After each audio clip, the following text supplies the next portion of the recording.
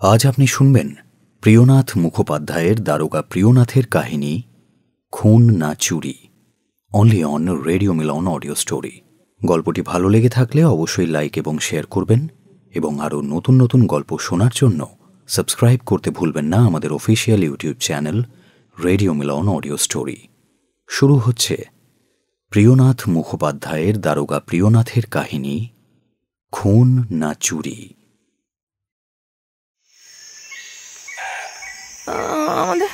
আমাদের ছেড়ে দাও, মেরো না, ছেড়ে দাও, আমরা বাড়ি যাব, যেতে দাও আমাদের।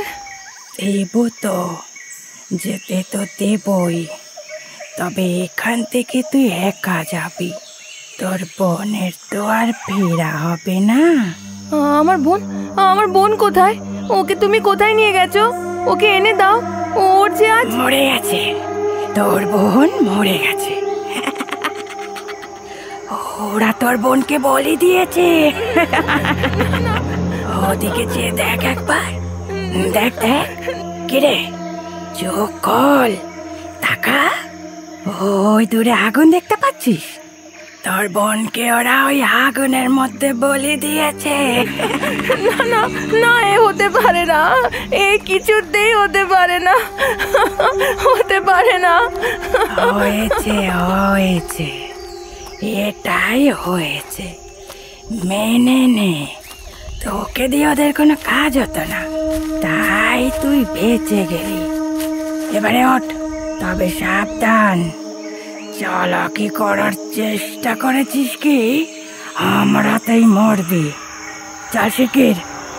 আরে ও কোচম্যান, গাড়ি ছোটাও জলদি।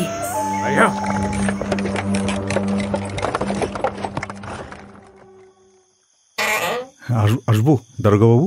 হ্যাঁ হ্যাঁ, আসুন আসুন আসুন, বসুন। আপনাকে অনেকক্ষণ অপেক্ষা করতে হলো, আমি দুঃখিত। বলুন, আপনাকে কিভাবে সাহায্য করতে পারি?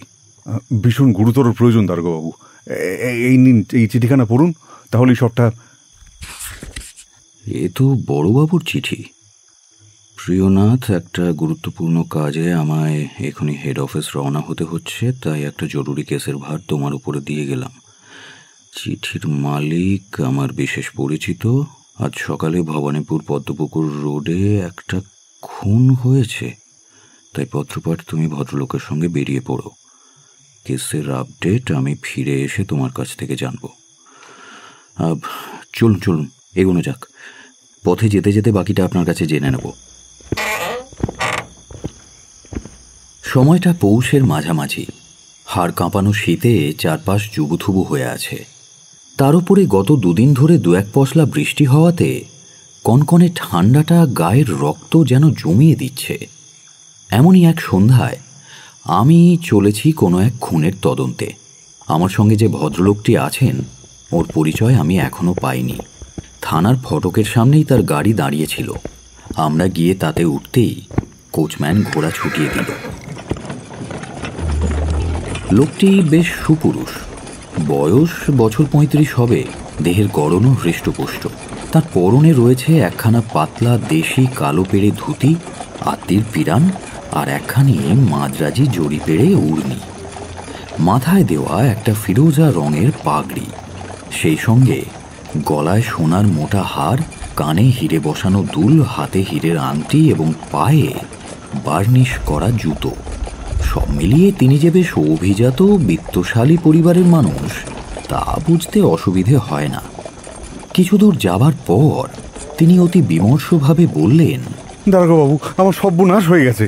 আমার হবু স্ত্রীকে কে যেন খুন করেছে। হবু স্ত্রীর কথা শুনে আমি খানিকটা অবাকই হলাম। এক দৃষ্টে তার মুখের দিকে কৌতূহলী চোখে তাকিয়ে আছি দেখে তিনি আমার মনের ভাব বুঝতে পারলেন। বললেন, বছর 2 হলো আমার প্রথম স্ত্রী কালাজ্বরে মারা যান। তার যাবার মাস 3 পরে আমার একমাত্র ছেলেটিও ওই কালাজ্বরেই মারা পড়ে। মনে করেছিলাম আর কখনো সংসার ধর্মে জড়াবো না, কিন্তু কপালের লিখন খণ্ডায় কার সাথ দিই বলুন। ভবানীপুর পদ্মপুকুর রোডে শোভন সিং নামে আমার এক বন্ধু থাকেন। আমি প্রায় তার বাড়িতে যাতায়াত করতাম। শোভন সিংয়ের আর্থিক অবস্থা খুব একটা ভালো ছিল না। বন্ধু হিসেবে আমি মাঝে মধ্যে তাকে যতটা পারতাম সাহায্য করতাম। শোভন সিং বিপত্নিক, একমাত্র মেয়ে রূপসীকে নিয়ে তিনি ওখানে থাকেন। বিয়ের বয়স হলেও টাকার অভাবে তিনি মেয়ের বিয়ে দিতে পারছিলেন না। রূপসীর বয়স 14, দেখতে বেশ সুন্দরী। একদিন কথায় কথায় শোভন সিং রূপসীর বিয়ের কথা পারে আমায় অনুরোধ করতে লাগলেন আমি যেন তার মেয়েকে উদ্ধার করি। প্রথমে আমি রাজি হইনি, জানেন তো। আগেই বলেছি, স্ত্রী সন্তানকে হারিয়ে নতুন করে আর সংসার পাতার মন ছিল না আমার। কিন্তু পরে ভেবে দেখলাম, আমার পরে কেউ না থাকলে আমার এত সম্পত্তি, এত বিষয় আশয় কে দেখবে, কে ভোগ করবে? আমি বাপের একমাত্র সন্তান, কাজেই আমার কোনো উত্তরসূরি না থাকলে তো এসব 12 ভূতে লুটে পুটে খাবে। রূপসীকে আমি অনেকদিন ধরেই দেখছি, তার যেমন রূপ আছে গুণও আছে। তার মতো মেয়েকে না বলার কোনো কারণ নেই। তাই সব দিক বিবেচনা করে এই বিয়েতে রাজি হলাম। আমার সিদ্ধান্তে সেই দিন শোভন সিং অত্যন্ত খুশিও হলেন। কিন্তু তারপর যে কি হলো, রাতারাতি যেন শোভন সিং পাল্টে গেল। নিজেই বিয়ের কথা তুলে নিজেই তারপর থেকে বিষয়টিকে এড়িয়ে যেতে থাকলেন। আমি কোনো প্রসঙ্গ তুললে হয় এড়িয়ে যান, নয়তো বিরক্ত হন। তবুও যখন তিনি দেখলেন যে এই ব্যাপারে আমি আর পিছুতে রাজি নই, তখন তিনি আমায় ডেকে বললেন আমি যদি তাকে 500 টাকা না দিই তবে তিনি নাকি রূপসীর বিয়ে দিতে পারবেন না। আপনার বন্ধু মানে শোভন সিং তার আগে কখনো টাকার কথা বলেছিলেন?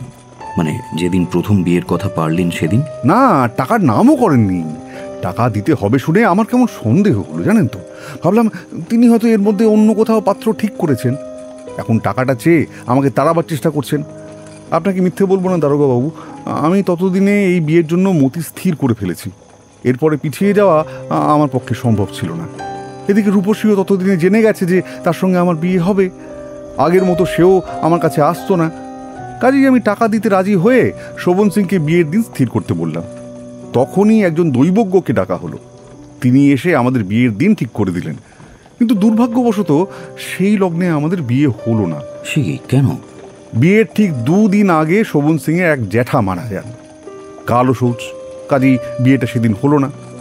অশৌচ কেটে গেলে আবার দিন স্থির হলো, কিন্তু সেবারও বিয়ে হলো না। রূপসীর সাংঘাতিক জ্বর হলো, প্রায় 3 মাস ভুগে সে সেরে উঠল। এইভাবে আরও 3-4 বার দিন ঠিক হলো, কিন্তু দুঃখের বিষয় কোনোবারই বিয়েটা হয় না। কোনো না কোনো অছিলা করে শোভন সিং বিয়ের দিন ক্রমাগত পিছিয়ে দিতে লাগলেন। প্রায় 8 মাস এইভাবেই পেরোলো। পরে একদিন শোভন সিং আমায় বললেন রূপসী আর বাড়ির অন্যান্য লোকের চিকিৎসায় তার নাকি অনেক টাকা খরচ হয়ে গিয়েছে, এখন তাকে যদি আমি আরও 300 টাকা দিই তবেই তিনি আমাদের বিয়েটা শীঘ্রই দিতে পারবেন। আমি তখন অনেক দূর এগিয়ে গিয়েছি, তাই শোভন সিংয়ের এই প্রস্তাবেও আমি রাজি হলাম। কিন্তু তিনি বোধহয় ভেবেছিলেন আমি আর টাকা দেব না, বিয়েটা ভেঙে যাবে। যখন দেখলেন যে আমি এতেও সম্মত হলাম, তখন তিনি আবার অন্যরকমভাবে ছলচাতুরি করতে লাগলেন। এদিকে আমিও নাছোড়বান্দা। এরপরে তাকে আর কোনো রকম ছলনা করার সুযোগ দেব না বলেই পরদিনই 800 টাকা এনে তার হাতে দিলাম। আনন্দিত মনে তিনি সেই টাকাখানা হস্তগত করলেন, কিন্তু কোনো রসিদ দিলেন না। আমিও চক্ষু লজ্জায় কোনো রসিদ চাইলাম না। তবে যখন টাকা দিই সেই সময় সেখানে 3-4 জন লোক উপস্থিত ছিলেন, তারা এই ঘটনার সাক্ষী স্বরূপ আছেন। সে যাই হোক, টাকা পেয়ে শোভন সিং আবার বিয়ের দিন স্থির করলেন এবং আজই সেই দিন ছিল। বেলা 5টা নাগাদ আমি বর বেশে কয়েকজন মাত্র বরযাত্রী নিয়ে মেয়ের বাড়ি গিয়ে উপস্থিত হলাম। বাড়িতে ঢোকা মাত্রই চেঁচামেচি হৈহট্টগোলের আওয়াজ আমার কানে এলো। ক্রমে সেই আওয়াজকে ছাপিয়ে যাচ্ছে কান্নাকাটির রূপ। মনে মনে কেমন একটা আতঙ্ক হলো দারোগাবাবু। আমার সঙ্গে যারা এসেছিলেন বাড়ির ভেতরের অবস্থা দেখে তারা তো ভীষণই অবাক। বর বা বরযাত্রীদের আলাদা করে কোনো বসবার জায়গা পর্যন্ত করা হয়নি। কি করব, কোথায় বসবো এসব ভাবছি, এমন সময় শোভন সিং কাঁদতে কাঁদতে আমার কাছে এলেন। তাকে এই অবস্থায় আমি তো দেখে হতবাক। এক নাগারে কেঁদেই যান, কিছু বলেনি না।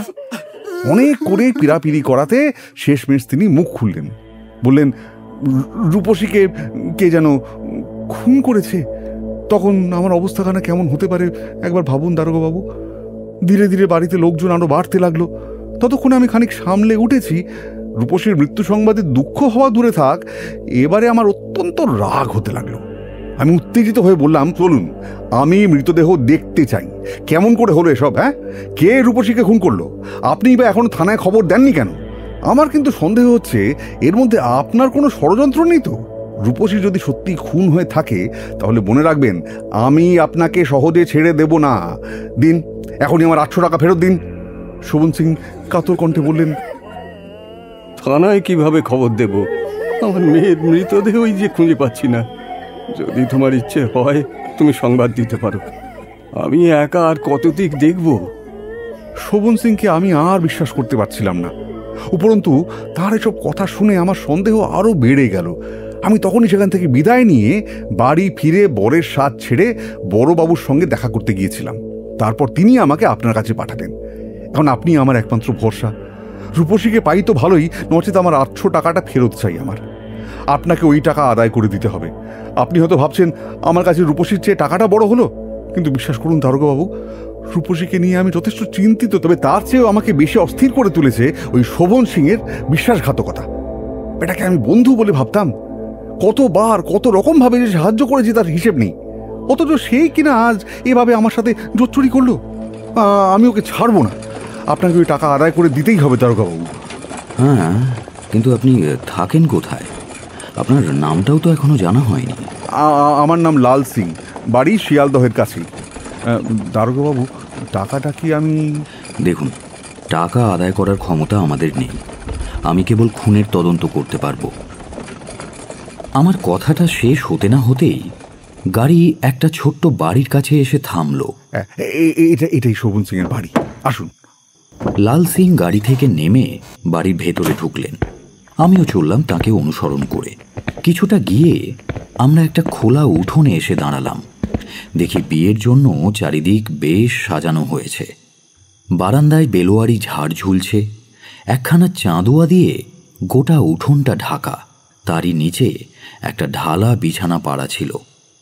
এখানেই হয়তো সকলের বসার ব্যবস্থা হয়েছিল, কিন্তু একজন লোককেও কাছে পিঠে দেখতে পেলাম না।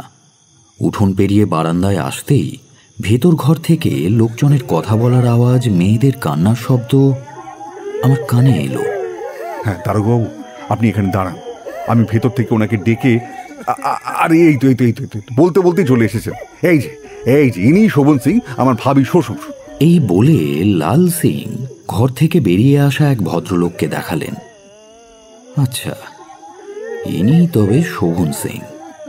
খেয়াল করলাম লাল সিংয়ের সঙ্গে আমাকে দেখে তিনি কেমন যেন চমকে উঠলেন এবং পরক্ষণেই মুখের ভাবটা গোপন করে এগিয়ে এসে জিজ্ঞাসা করলেন, আপনি কি আমার মেয়ের মৃতদেহ দেখতে এসেছেন? আমি লাল সিংকে দেখিয়ে বললাম, আচ্ছা, এনার কাছে জানতে পারলাম আপনার মেয়ে নাকি খুন হয়েছে, অথচ আপনি এনাকে তার মৃতদেহ দেখতে দিচ্ছেন না। বাকি সকল কথাও এনার কাছে শুনেছি। আমি স্থানীয় পুলিশ থানার দারোগা প্রিয়নাথ মুখোপাধ্যায়। আশা করি আমাকে মৃতদেহটা দেখাতে আপনার আপত্তি হবে না। লাশটা আছে কোথায়? আমার কথা শুনে শোভন সিংয়ের মুখটা কেমন যেন ফ্যাকাশে হয়ে গেল। তিনি আরও চিৎকার করে কেঁদে উঠলেন। হুজুর, রূপসী আমার একমাত্র সন্তান। ওই মেয়ে ছাড়া আমার আর কেউ নেই। সেভাবে চলে যাওয়াতে আমি বড় অসহায় হয়ে পড়েছি। বিশ্বাস করুন হুজুর, আমার আর মাথা কাজ করছে না। শোভন সিংয়ের অবস্থা দেখে, তার কথাবার্তা শুনে কেন জানি না আমার একটু সন্দেহ হলো। লোকটার বয়স 42-এর মতন, কিন্তু এই বয়সেই তার দেহের মাংস শিথিল হয়েছে। সামনের ওপর পাটির দাঁত দুটো পড়ে গিয়েছে, চুলে গোঁফদাড়িতে পাক ধরেছে। গায়ের রং কোনো এক সময় গৌরবর্ণ থাকলেও এখন তা তামাটে। দেহ বেশ দীর্ঘ এবং শীর্ণ, চোখ দুটো ছোট ছোট এবং কোটরাগত, টিকালো নাক আর অজস্র ভাঁজ পড়া চওড়া কপাল। তার ভাবগতিক দেখেই মনে হয় লোকটার পেটে পেটে অনেক ক্রূর বুদ্ধি খেলা করছে। শোভন সিং অযথা সময় নষ্ট করছে দেখে আমি বিরক্ত হয়ে বললাম, আপনার মেয়ে মারা গিয়েছে, শোক হওয়াটাই স্বাভাবিক, কিন্তু আসল যে কাজটা করতে আমার এখানে আসা, তাতে আপনি সহযোগিতা করলেই ভালো হয়। তাই আমি যা জিজ্ঞেস করছি সোজাসুজি উত্তর দিন। আপনার মেয়ের মৃতদেহ কোথায়? সে কথাই বলছি হুজুর, রূপসীর লাশ পাওয়া যাচ্ছে না। কি? লাশ পাওয়া যাচ্ছে না মানেটা কি? এ আবার কিরকম কথা? আমি মিথ্যে বলছি না হুজুর, আপনি আগে সবটা শুনুন। এখান থেকে কিছুটা দূরেই আমার এক আত্মীয় থাকেন। রূপসী আজ সকালে তাঁদের বাড়িতেই গিয়েছিল। সেই থেকে আমার মেয়েটা আর ফেরেনি। তবে খুন হয়েছে বলছেন কেন? বলুন আপনার মেয়ে নিখোঁজ, হয় সে নিজে পালিয়েছে আর না হলে কেউ তাকে নিয়ে পালিয়েছে। না না, সব কথা শুনলে বুঝতে পারবেন আমার মেয়েটা আর এই জগতে নেই। এই বলে শোভন সিং আবার কাঁদতে লাগলেন। আমি কোনো মতে তাকে নিরস্ত করে পুরো ঘটনাটা স্পষ্ট করে জানাতে বললাম। কিছুক্ষণ পর তিনি আবার বলতে শুরু করলেন। আজ খুব সকালে রূপসী আর আমার এক ভাগ্নি গৌরী এ বাড়ি থেকে বেরোই। গৌরী তার বাপ মায়ের সঙ্গে বিয়ের জন্য কালই এখানে এসেছে। আমার সেই আত্মীয়ের বাড়িতে নেমন্তন্ন রক্ষা করার জন্য ওরা বেরিয়েছিল।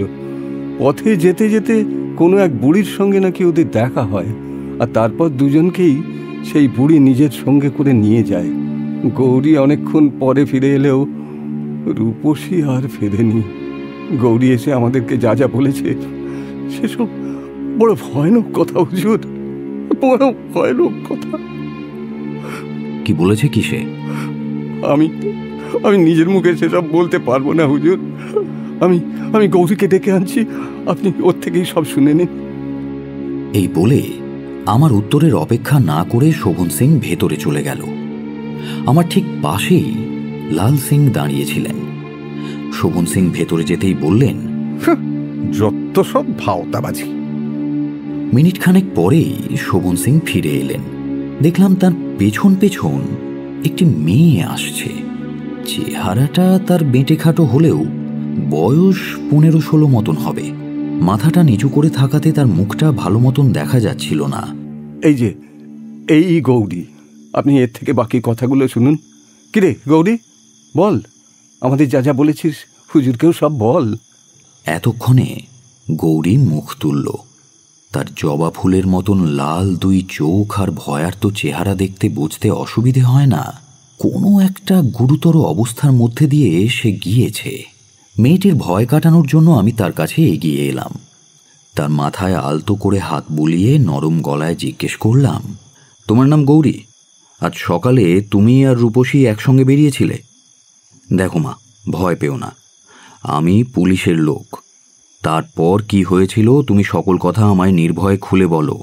আমার কথায় গৌরী হয়তো একটু সাহস পেল। চোখটা একবার মুছে নিয়ে কাঁপা কাঁপা গলায় বলল, আজ অনেক সকালে আমি আর রূপসী এই বাড়ি থেকে বেরিয়েছিলাম। কাছেই এক জ্যাঠামশাইয়ের বাড়িতে আমাদের নেমন্তন্ন ছিল, তাই পথে সে সময় তেমন লোকজন ছিল না। রূপসী ভয় না পেলেও আমার কেমন গা ছমছম করছিল। যখন আমরা পদ্মপুকুরের ধারে পৌঁছলাম, দেখি কোথা থেকে যেন হঠাৎ করে এক বুড়ি সামনে থেকে হেঁটে আমাদের দিকেই আসছে। আমি স্পষ্ট দেখলাম সে কেমন ধারা একটা দৃষ্টি নিয়ে কটমট করে চেয়ে আছে রূপসীর দিকে। কিন্তু তারপরেই সেই বুড়ি আরেকটু এগিয়ে এসে একগাল হেসে ফেললো। সঙ্গে সঙ্গে তার হাতে ধরে থাকা পুটুলি থেকে 2টো জবা ফুল বের করে আমাদের দুজনের নাকের কাছে ধরে বলল, দেখো দেখি বাচ্চারা, জবাই কেমন গোলাপ গোলাপ গন্ধ। কখনো এমন জবা দেখেছ? সত্যি সেই জবা ফুলে গোলাপের গন্ধ পেলাম। আর সেই গন্ধ পাওয়া মাত্রই কেমন একটা ঘোর লেগে গেল আমাদের। তখনই যেন সব কথা ভুলে গেলাম। রূপসীর বিয়ের কথা, কোথায় যাচ্ছি সে কথা, কোথা থেকে আসছি সে কথা, মা বাপের কথা, সব কিছু। কেবল চোখের সামনে ওই বুড়ির হাসি মুখটা ছাড়া আর কিছুই খেয়াল করতে পারছিলাম না। বুড়ি আবার বলল, কি গো মেয়েরা, ভালো লাগলো তো? এই ফুল নেবে তোমরা? তবে এসো, আমার সঙ্গে এসো, কোনো ভয় নেই, এসো বলছি। ততক্ষণে আমি রূপসী দুজনেই প্রায় বেহুশ হয়ে পড়েছি। সে যা বলে তাই করি। বুড়ি পথ চলতে শুরু করলে আমরাও চললাম পিছু পিছু। কিছু দূর যাবার পর সে আমাদের নিয়ে একটা ঘোড়ার গাড়িতে উঠতেই গাড়ি চলতে শুরু করলো। খানিক পরে আমার ওই ফুলের গন্ধের ঘোরটা কিছুটা কেটে গিয়েছিল, কিন্তু কোনোভাবে যে পালানোর চেষ্টা করব সে সাহস করতে পারলাম না। তারপর একসময় বনের ভেতর দিয়ে আসতে আসতে ওই ভাঙাচোরা বাড়ির দরজায় এসে থামলো গাড়িটা। বুড়ি আমাদের সেখানে নামিয়ে সঙ্গে করে সেই বাড়ির ভেতরে নিয়ে গেল। গিয়ে দেখি একটা প্রকাণ্ড ঘরের মধ্যে 3 জন সন্ন্যাসী বসে, সবাই চোখ বুজে রয়েছে, আর তাদের সামনে একটা কুণ্ডে আগুন জ্বলছে। তিনজন সন্ন্যাসীর মধ্যে একজনকে দেখতে খুবই ভয়ানক ছিল, মনে হলো সেই বাকি দুজনের গুরু। আমাদের পায়ের শব্দে ওরা চোখ খুলল, তারপর বুড়িকে দেখে কেমন বাঁকাভাবে হাসলো, কাছের দুটো কুশাসনের দিকে ইঙ্গিত করলো। বুড়ি বুঝলো সন্ন্যাসী কি বলতে চাইছে। সে আমাদের দুজনকে সেই দুখানা আসনে বসতে বলে নিজে কাছেই দাঁড়িয়ে রইল। আদেশ মানা ছাড়া কিছু করার ছিল না, তাই আমরাও সব মেনে নিলাম। রূপসীর দিকে তাকিয়ে দেখি তার ঘোর এখনো কাটেনি। তবু একবার চেষ্টা করলাম ওর হাত পা চেপে ধরে ঝাঁকুনি দিতেই পাশ থেকে বুড়ি ধমক দিয়ে উঠল, চুপ করে থাক, নয়তো মরবে। আমার খুব ভয় হলো, আর কিছু না করে চুপচাপ বসে রইলাম। ওদিকে তিনজন সন্ন্যাসী কিসব বিড়বিড় করতে করতে ঝোলা থেকে কিসের যেন গুঁড়ো বের করে আগুনে দিল। আর তারপরেই সন্ন্যাসীর চেলা দুজন রূপসীর হাত ধরে তাকে সেখান থেকে নিয়ে গেল। আমি চিৎকার করে কেঁদে উঠলাম, বুড়ির হাতে পায়ে পড়লাম, কিন্তু কেউ আমার কথা শুনলো না। আরও কিছুটা সময় এভাবে গেল। এরপর হঠাৎ দেখি ওরা রূপসীকে আবার এই ঘরে নিয়ে আসছে। এর আগে রূপসীর যাও বা একটু হুঁশ ছিল, এখন সে সম্পূর্ণ অচেতন। ওর পরনে যে হলুদ পেরে ডুরে শাড়িটা ছিল সেটা বদলে একটা লাল শাড়ি পরানো হয়েছে ওকে। আর তারপরে ওরা রূপসীর দেহটাকে ছুঁড়ে ওই আগুনের মধ্যে ফেলে দিল। আমি ভয় আতঙ্কে চিৎকার করে উঠলাম। বুড়ি এগিয়ে এসে আমার হাত ধরে ঘর থেকে বের করে আনলো। তারপর আবার সেই গাড়িতে চড়িয়ে কত পথ ঘুরিয়ে একটা বাগানের কাছে নিয়ে এসে আমায় গাড়ির থেকে ফেলে দিয়ে পালিয়ে গেল। আমি কত চিৎকার করলাম, সাহায্যের জন্য এদিক ওদিক ছোটাছুটি করলাম, কিন্তু জায়গাটা এতটাই শুনশান ছিল যে আশেপাশে একটা লোকও ছিল না। এরপর আমার আর কিছু মনে নেই। তারপর থেকে আমি কি করেছি, কেমন করে বাড়ি ফিরলাম, আমি কিচ্ছু জানি না। যখন বর এলো বরযাত্রী নিয়ে, তখন আমার জ্ঞান হলো। আমি সঙ্গে সঙ্গে গিয়ে সব কথা সবাইকে জানালাম। এতটা বলে গৌরী চুপ করল। তারপর এক দৃষ্টে আমার মুখের দিকে চেয়ে রইল। আমি তাকে আর কিছু জিজ্ঞাসা না করে শোভন সিংকে বললাম, আপনার মেয়ের গায়ে কোনো গয়না ছিল? আগে হ্যাঁ, প্রায় 2000 টাকার গয়না ছিল। আপনার হবু জামাইয়ের মুখে শুনলাম আপনার আর্থিক অবস্থা খুব একটা সচ্ছল নয়। আপনি তাহলে এত টাকার গয়না কোথায় পেলেন? সে ঠিকই বলেছে, এখন আমাকে গরিব বলাই চলে। কিন্তু বিয়ের 2 দিন আগে আমার যেসব আত্মীয় কুটুম্ব এসেছিলেন তাদের মধ্যে অনেকেই বেশ সচ্ছল পরিবারের। ওনাদের মধ্যে কিছু মেয়ে বউ রূপসীকে খুব ভালোবাসে। তারাই জোর করে নিজেদের গয়নাগুলো আমার মেয়েকে পরিয়ে দিয়েছিল। তাদের কাছে এখন আমার লজ্জায় মাথা কাটা যাচ্ছে। আমি যে একেবারে ধনে প্রাণে মারা গেলাম হুজুর। আপনার কোনো শত্রু আছে? কাউকে সন্দেহ হয়? কি যে বলেন হুজুর, গরিবের আবার শত্রু? তবে হ্যাঁ, সে অনেক কাল আগে এক আত্মীয়ের সঙ্গে আমার ঘোর শত্রুতা ছিল বটে। সেও এই গ্রামেই থাকতো, কিন্তু 1 বছর হলো ভজন সিং কোথায় যেন নিরুদ্দেশ হয়ে গিয়েছে। যদিও বা শুনেছিলাম সে নাকি সন্ন্যাসী হয়ে দেশ দেশান্তরে ঘুরে বেড়ায়, তবুও আমি তাকে একটুও বিশ্বাস করি না। সন্ন্যাসী? গৌরীও তো 3 জন সন্ন্যাসীর কথা বলল, এখন আবার ইনিও। তাহলে ঘটনা দুটোর মধ্যে কি কোনো যোগাযোগ আছে নাকি? আগে কিছু বললেন হুজুর? না, কিছু না। তা আপনার কি ধারণা, ওই সন্ন্যাসী, কি যেন নাম বললেন? হ্যাঁ, ভজন সিং, তা সেই কি আপনার মেয়েকে তুলে নিয়ে গিয়ে মেরে ফেলেছে? সত্যি করে বলবো হুজুর? পুলিশকে মিথ্যে বলবেন এটা নিশ্চয়ই চাইব না। যা বলবেন সত্যি সত্যি বলুন। মানে আসলে তা নয়। আমার কেন জানি না মনে হচ্ছে এটা ওই ভজনেরই কীর্তি। আমার স্থির বিশ্বাস গৌরী যেসব সন্ন্যাসীদের দেখেছিল তাদের মধ্যে এই ভজন সিংহ আছে। তা এই কথাটা আপনি প্রথমেই কেন বললেন না? ব্যাপার এত গুরুতর, অথচ আপনি এখন বলছেন। আগে মার্জনা করবেন হুজুর, বুঝতেই পাচ্ছেন মেয়ের শোকে আমার মাথা ঠিক নাই। আমার মনে ছিল না ভজন সিংয়ের কথা, আপনি জিজ্ঞাসা করলেন তাই। যদি আপনার অনুমান সঠিক হয়, তবুও ভজন সিংয়ের সঙ্গে আপনার ঠিক কেমন শত্রুতা ছিল সেটাও জানা প্রয়োজন। প্রতিহিংসার বশে সে যদি নারী হত্যার মতো নৃশংস কাজ করে থাকে, তাহলে তো বলতে হয় বিষয়টা বেশ গুরুতর। শেষ কবে দেখেছেন তাকে? তা প্রায় বছর 3 আগে হবে। ভবানীপুর বাজারে এক দশকর্মার দোকানে কর্মচারীর কাজ করছিল সে। তখনও সে সন্ন্যাসী হয়নি। তারও আগে যখন ওর সঙ্গে আমার শেষ দেখা হয়, তখন সে আমার থেকে বেশ একটা মোটা অঙ্কের টাকা চুরি করে নিয়ে পালিয়েছিল। বাজারে ওকে দেখতে পেয়ে আমি চেপে ধরি, শাসিয়ে আসি। ও যদি 7 দিনের মধ্যে আমার টাকা ফেরত না দেয়, তবে ওকে আমি এক্ষুনি পুলিশের হাতে তুলে দেব। পরে আবার খোঁজ করতে গিয়ে দেখি ও আর সেখানে নেই।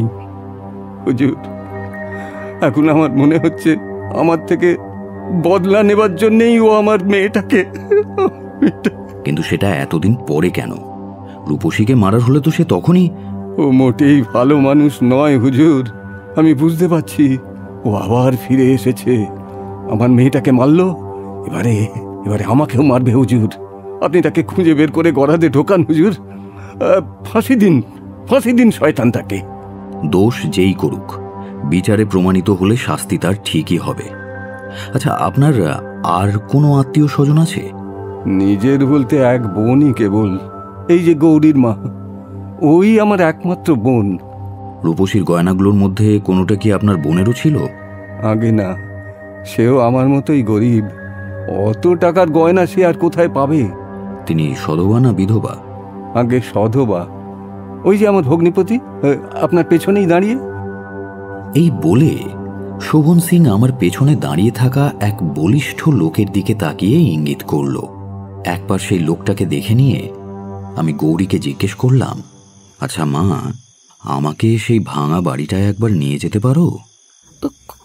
কোন রাস্তা দিয়ে সেই বুড়ি আমাদের নিয়ে গিয়েছিল আমার কিছুই মনে নেই। আমি নিয়ে যেতে পারবো না। বেশ, কিন্তু তুমি তো বলেছিলে গাড়ি করে গিয়েছিলে। তা কোচম্যানকে মনে আছে? দেখলে চিনতে পারবে? তা পারবো। গৌরীকে আর কোনো কথা জিজ্ঞেস করলাম না। এর চেয়ে বেশি সে আর কোনো সাহায্য আমাকে করতে পারবে বলে মনে হয় না। তৎক্ষণাৎ বেরিয়ে এলাম সে বাড়ি থেকে। পদ্মপুকুরের রাস্তাটা আমার চেনাই ছিল। সেখান থেকে কিছু দূরে আজকাল যেখানে যোগুবাবুর বাজার, সেখানে একটা ঠিকে গাড়ির আস্তাবল ছিল। ঠিক করলাম সেই আস্তাবলে গিয়েই খোঁজ খবর করব। সহজে কোচম্যানের খোঁজ পেলে ভালো, না হলে অনুসন্ধানের জন্য গৌরীকে পরে আবার আনা যাবে। রাত এখন 10টা। যে সময়ের কথা বলছি, ভবানীপুর তখনও শহর হয়নি। এখনকার মতো এত লোকজনেরও বাস ছিল না সেখানে। পথের ধারে দুই পাশে তেলের আলো মিটমিট করে জ্বলছে। দু একটা কুকুর পথে পড়ে থাকা আবর্জনার স্তূপের মধ্যে মুখ বাড়িয়ে খাবারের খোঁজ করছে। থেকে থেকে তাদের ভেসে আসা চিৎকার এই শুনশান রাস্তার আবহকে যেন আরো ভৌতিক করে তুলেছে। আমার গাটা কেমন যেন শিরশির করতে লাগলো। কিছুক্ষণের মধ্যেই আমি আস্তাবলে এসে উপস্থিত হলাম। আমায় আসতে দেখে 2-3 জন গাড়ির কোচম্যান এগিয়ে এসে ঘিরে ধরল। হুজুর যাবেন কোথায়? এই যে আমার গাড়িতে আসুন। সাহেব, আমার গাড়িতে আসুন, আমার গাড়িতে আসুন। আমি কিন্তু তাড়াতাড়ি পৌঁছে দেবো। বাবু, আমার ঘোড়াটা বহুত তেজি আছে, আমার ঘোড়াটা নেন, অনেক তাড়াতাড়ি পৌঁছতে পারবেন। গাড়ি লাগবে না। অন্য একটা ব্যাপারে আমি এখানে এসেছি। তোমাদের মধ্যে কেউ আজ সকালে 2 জন মেয়ে আর একজন বৃদ্ধাকে সওয়ারি করে নিয়ে গিয়েছিলে? আমার প্রশ্ন শুনে সবাই চুপ করে গেল। কারো মুখে কোনো কথা নেই। সকলে একে অপরের দিকে চোখ চাওয়াচাওয়ি করতে লাগলো। কি হলো? কেউ এমন সওয়ারি নিয়ে গিয়েছিলে? আমি পুলিশের লোক, নির্ভয়ে উত্তর দাও। আগে বাবু, ওই সালামত নিয়ে গিয়েছিল, আমি দেখেছি, কিন্তু সে গাড়ি তো এখনো ফিরে আসেনি। কথাটা শেষ হওয়া মাত্রই পেছন থেকে একটা গাড়ি আসার শব্দ শোনা গেল। ওই যে বাবু, বলতে বলতে গাড়িটা চলে এসেছে। ওরই নাম সালামত। ও সালামত ভাই, এদিকে এসো, এই বাবুটা তোমাকে খুঁজছেন। সালামত এগিয়ে এলো। লক্ষ্য করে দেখলাম আমার পরনে পুলিশের পোশাক দেখে আর তাকে খোঁজা হচ্ছে শুনে সে খানিকটা ঘাবড়ে গিয়েছে। সে কাছে এসে দাঁড়াতেই আমি জিজ্ঞেস করলাম, তোমার নাম সালামত? হ্যাঁ, কিন্তু কেন? আমাকে কি দরকার? আজ সকালে তুমি দুটো মেয়ে আর একজন বৃদ্ধকে যেখানে নিয়ে গিয়েছিলে, আমাকে এখনই সেখানে নিয়ে চলো। সালামত প্রথমে কোনো উত্তর দিল না, কি যেন এক মনে ভাবতে লাগলো। আমি আবার বললাম, দেখো, তোমার ঘোড়া যদি ক্লান্ত হয়ে থাকে তাহলে আরও দুটো ঘোড়া ভাড়া করো, আমি ঘন্টা হিসেবে ভাড়া দিয়ে দেব। তবুও সে চুপ। এবার আমার ভারী রাগ হলো। ধমকের সুরে বললাম, কথার উত্তর দিচ্ছ না যে? সহজে যদি রাজি না হও তবে কিন্তু অন্য উপায় দেখতে হবে। না মানে আসলে বাবু, সে জায়গাটা আমার ঠিক মনে নেই। দেখো সালামত, আমি অনেক দিন হলো এই পেশায় আছি, তাই তুমি যে মিথ্যে বলছো সেটা আমি খুব ভালো করে বুঝতে পারছি। যতদূর মনে হচ্ছে, আমার ধারণা তুমি অনেক দিন ধরেই কোচম্যানের কাজ করছো। একজন পাকা কোচম্যানের কখনোই এমন ভুল হওয়া সম্ভব নয়। ভালোই ভালোই বলো, কোথায় নামিয়েছিলে ওদের? বাবু বিশ্বাস করুন, আমি মিথ্যে বলছি না। যে পথ দিয়ে ওই বুড়ি আমাকে নিয়ে গেল, সে পথ আমি আগে কখনো দেখিনি।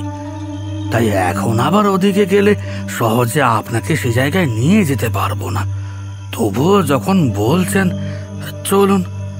আমার ঘোড়াটা আজ বেশি খাটেনি, 5টার সময় ওদের বদল করেছে। দেখি ঠিকঠাক নিয়ে যেতে পারে কিনা। আমি আর দ্বিরুক্তি না করে সালামতের গাড়িতে উঠে বসলাম। গাড়ি ঘুরিয়ে সালামত তার ঘোড়ায় লাগাম টানল। এত রাতে তার মনে হয় সওয়ারি টানার আর ইচ্ছে ছিল না। তো একবার অনিচ্ছা প্রকাশ করেও লাভ হলো না দেখে ঘোড়া দুটো অগত্যা দৌড়তে বাধ্য হলো। নকুলেশ্বর তলা পার হয়ে গাড়ি ধীরে ধীরে বাম দিকে মোড় নিল। এটা আবার কোন রাস্তা? এ রাস্তা তো আমারও অজানা। কে জানে কোথায় গিয়ে পড়ব। একটু আগেও দু এক জায়গায় আলো দেখতে পাচ্ছিলাম, কিন্তু যত এগোচ্ছি চারপাশটা ততটাই জমাট অন্ধকারে ছেয়ে যাচ্ছে। একা এসে কি ঠিক করলাম? কোনো বিপদ হলে আত্মরক্ষা না হয় করতে পারবো, কিন্তু অপরাধীদের একা হাতে বন্দি করা তো সহজ হবে না। রাস্তাটা অতি সংকীর্ণ, দুপাশে ঝোপঝাড়ে ভর্তি। বড় বড় গাছগুলো থেকে ক্রমাগত পেঁচা আর বাদুড়ের ডাক ভেসে আসছে। আজ আবার অমাবস্যা, চাঁদের আলোরও ভরসা নেই। ঘুটঘুটে অন্ধকার পথে কেবলমাত্র গাড়িতে ঝুলিয়ে রাখা লণ্ঠনের অল্প আলোই অবলম্বন। তারই সাহায্যে কোচম্যান সালামত কোনো মতে এগিয়ে যাচ্ছে। কিছু দূর এভাবে গিয়ে হঠাৎই গাড়ি থামালো সে। আমি ভাবলাম বোধহয় গন্তব্যস্থলে পৌঁছে গিয়েছি, কিন্তু আমায় অবাক করে দিয়ে সালামত বলল, বাবু, পথ ভুলে অন্য দিকে এসে পড়েছি। সে বাগানখানা এদিকে নয়, আমরা পূব দিকে যে গলিটা ছেড়ে এসেছি, বোধহয় সেই পথেই আমাদের যেতে হবে। একে এত রাত হয়েছে, তার উপর শরীরও ক্লান্তিতে ভেঙে আসছে। এমন সময় কোচম্যানের এই কথায় আমার সর্বাঙ্গ জ্বলে উঠল। রাগে কাঁপতে কাঁপতে বললাম, মনে করেছো কি আমার চোখকে তুমি ফাঁকি দিয়ে পালাবে? শোনো সালামত, আজ যদি তুমি এই অন্ধকারের সুযোগ নিয়ে পালিয়ে যাও, তবু মনে রেখো, তুমি অপরাধী হলে আমি তোমায় যেখান থেকেই হোক খুঁজে বের করে কঠিন শাস্তি দেব। যদি নিজের ভালো চাও তবে সে জায়গায় যেভাবেই হোক আমাকে নিয়ে চলো। বাবু, আমি বুড়ো গরিব মানুষ, এই গাড়ি চালিয়ে কোনো মতে দুটি রোজগার করি। পুলিশের সাথে শত্রুতা করব কোন সাহসে? খোদার কসম বাবু, আমি সত্যি পথ ভুলে গিয়েছি। এত অন্ধকারে রাস্তা চিনতে পারছি না। আপনি একটু গাড়িতে বসুন, আমি একবার দেখে আসছি, এখনই আসছি। এই বলে আমার উত্তরের অপেক্ষা না করেই সালামত সেখান থেকে চলে গেল। সেই ভয়ানক নিশুতির রাতে অপরিচিত জায়গায় আমি একা পড়ে রইলাম। 5 মিনিট গেল, 10 মিনিট গেল, 15 মিনিট পেরিয়ে প্রায় 20 মিনিট হতে চলল, অথচ সালামতের এখনো দেখা নেই। একবার মনে হলো, লোকটা যদি দলবল নিয়ে হঠাৎ আমায় আক্রমণ করে তাহলে তো সর্বনাশ।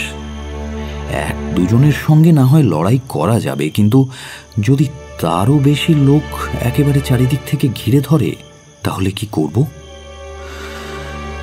না, লোকটাকে যেতে দিয়ে ঠিক করিনি।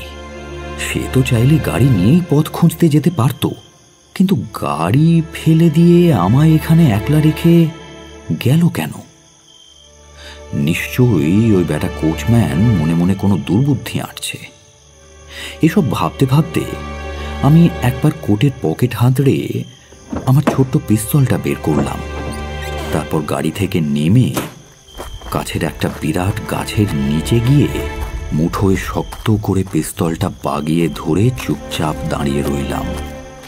যদি কোচম্যান একা ফেরে তাহলে ঠিক আছে, কিন্তু যদি লোকজন নিয়ে আসে তাহলে আমিও আমার সবটুকু শক্তি দিয়ে। কার যেন পায়ের শব্দ শোনা যাচ্ছে। সালামতি কি, নাকি অন্য কেউ? পিস্তলটা আর একটু শক্ত করে ধরলাম। অন্ধকারে ততক্ষণে আমার চোখ সয়ে এসেছিল। কিছুক্ষণের মধ্যেই দেখি আমার সব অনুমানই মিথ্যে। কোচম্যান একাই ফিরে এসেছে। গাড়ির কাছে গিয়ে দরজার পাশে দাঁড়িয়ে বলল, বাবু, ঠিক পথ খুঁজে বের করেছি, আর কোনো ভয় নেই। দূর থেকে কথাটা শুনতে পেয়ে আমি খানিকটা স্বস্তির নিঃশ্বাস ফেললাম। আড়াল থেকে বেরিয়ে এসে গাড়িতে গিয়ে উঠলাম। পিস্তলখানা ততক্ষণে আবার কোটের পকেটে চালান করে দিয়েছি। গাছের আড়াল থেকে আমায় বেরিয়ে আসতে দেখে সালামত ভাবল আমি বুঝি প্রস্রাব করতে গিয়েছিলাম। গলা নামিয়ে নরম স্বরে বলল, বাবু, পেচ্ছাপ করতে অত দূরে গিয়েছিলেন কেন? আশেপাশে তো কেউ নেই, আর এই অন্ধকারে কেউ যদি আপনাকে দেখতে পেত তাহলেই বা আপনার কি করত? আমি সালামতের কোনো কথার উত্তর দিলাম না। বললাম, সত্যি যদি ঠিকঠাক রাস্তার খোঁজ পেয়েছো তাহলে একটু তাড়াতাড়ি চলো, আর দেরি করা যাবে না। আবার ঘোড়ার লাগাম ছাড়ল সালামত। গাড়ি ঊর্ধ্বশ্বাসে ছুটল। প্রায় আধ ঘন্টা পরে একটা প্রকাণ্ড বাগানের সামনে ভাঙা ফটকের কাছে এসে থামল গাড়িটা। বাবু, এই সেই বাগান। এই বাগানের ভিতরে একখানা ভাঙা বাড়ি আছে। বুড়ি মেয়ে দুটোকে নিয়ে এই বাড়িতেই গিয়েছিল, কিন্তু তারপর কি হয়েছে আমি জানি না। বাগানখানা কার জানো? না বাবু, আমি আগে কখনো এদিকে আসিনি। আশেপাশে বসত বাড়িটারিও তো কিছু দেখছি না, কিন্তু বাগান থাকলে মালি নিশ্চয়ই আছে। তবে তাদের থাকার জন্য এখানেই কোথাও ঘরদোর থাকার কথা। সকালে তোমার সঙ্গে কারো দেখা হয়েছিল? আগে না বাবু, মানুষ তো দূর, কুকুর বেড়ালো চোখে পড়েনি। আচ্ছা, এখান থেকে পুলিশ ফাঁড়িটা কত দূর? তা প্রায় 1 কোষ হবে বাবু। বেশ, তুমি আমার সঙ্গে ভেতরে চলো। এখন তোমার শরীর স্বাস্থ্য বেশ ভালো, প্রয়োজন পড়লে তোমাকে আমার কাজে সাহায্য করতে হবে। পারবে তো? খুব পারবো বাবু, আমি একাই 4-5 জনকে ধরে রাখতে পারবো। বেশ বেশ, চলো। তবে খেয়াল থাকে যেন একটুও শব্দ করো না। অতি সন্তর্পণে আমরা দুজন সেই অন্ধকারের ভেতর দিয়ে বাগানে ঢুকলাম। সালামত গাড়ির লণ্ঠনটা আনতে চাইলে ওকে আমি বাধা দিলাম। পাছে এখানে কেউ ঘাপটি মেরে থাকে, যদি তার চোখে পড়ে যাই আমরা। আমার পকেটে একটা চোরা লণ্ঠন ছিল, সেটা বের করে জ্বালালাম। তারই ক্ষীণ আলোর সাহায্যে পা টিপে টিপে ভাঙা বাড়িটার দরজার কাছে এসে দাঁড়ালাম। দেখি দরজা খোলাই আছে। সালামতকে সঙ্গে নিয়ে খুব সাবধানে ভেতরে ঢুকলাম। উফ, কি অন্ধকার এখানে! বাইরে যতটা ছিল এখানে যেন তার চেয়েও বেশি। এবার আমার আলোটাকেও বন্ধ করে ফের পকেটে চালান করলাম।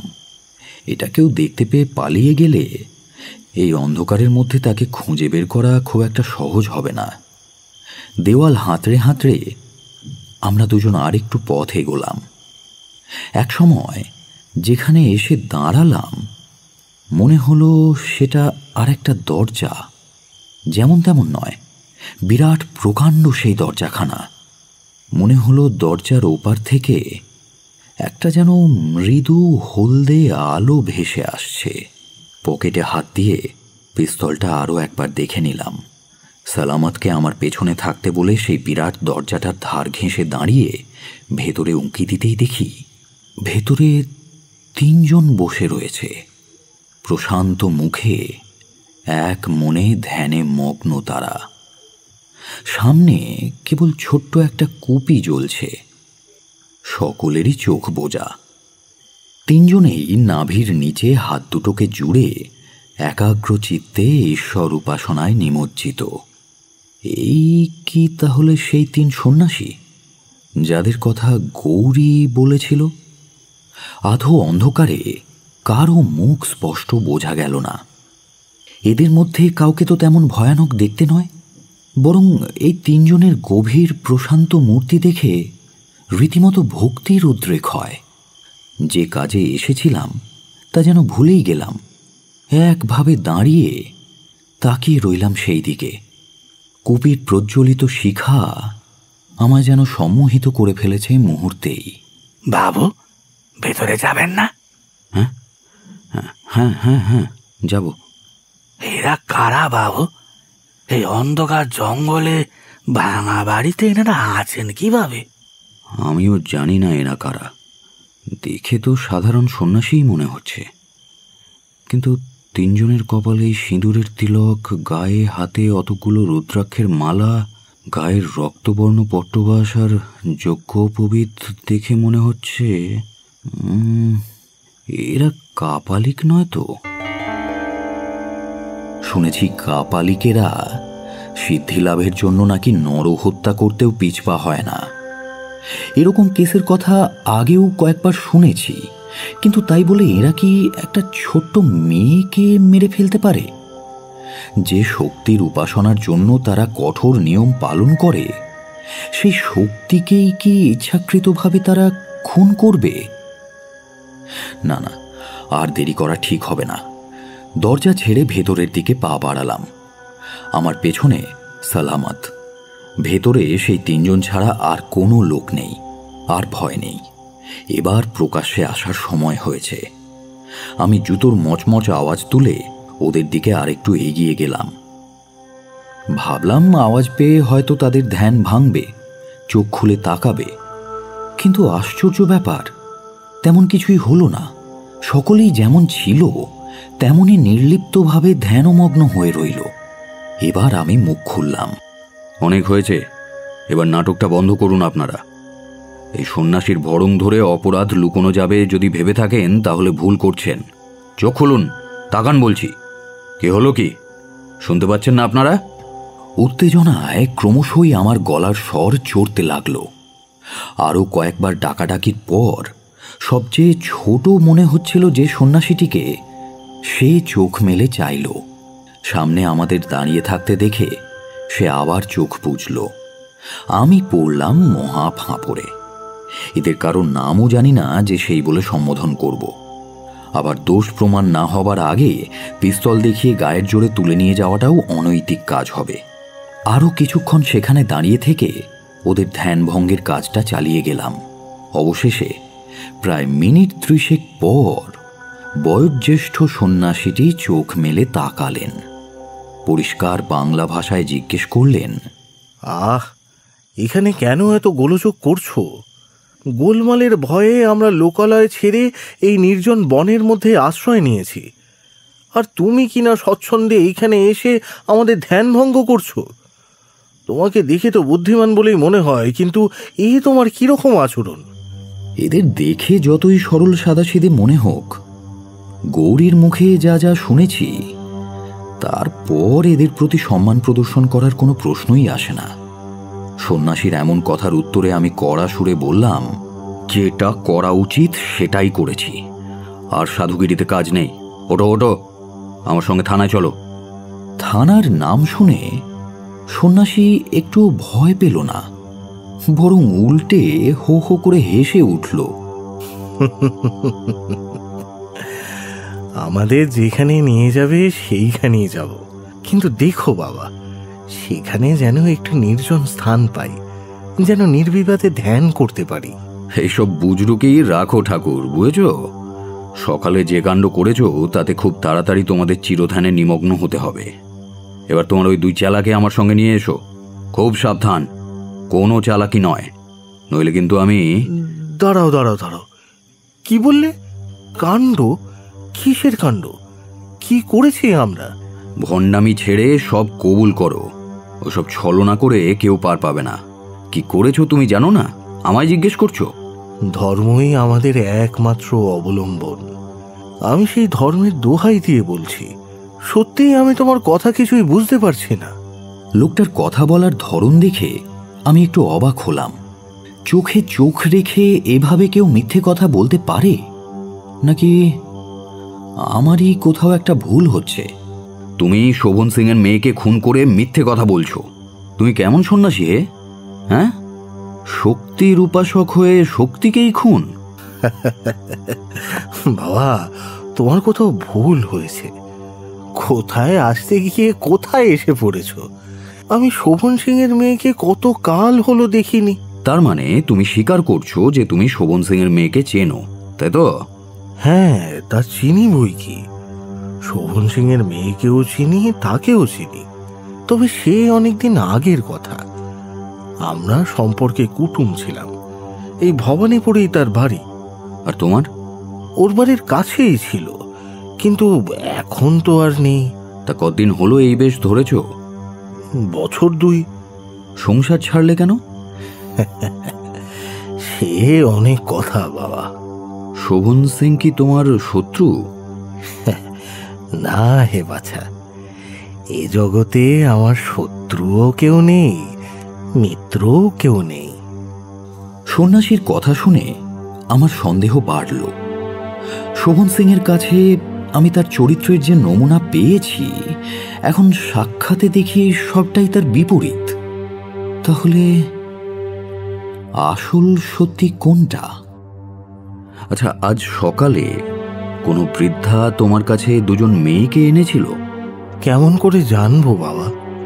সারাটা দিনের পর এই তো আমি চোখ মেলে চাইছি। দেখো, একজন বৃদ্ধা যে 2 মেয়েকে এখানে এনেছিল তার সাক্ষী আছে। এই যে এই লোকটা। এই বলে আমি সালামতের দিকে ইশারা করলাম।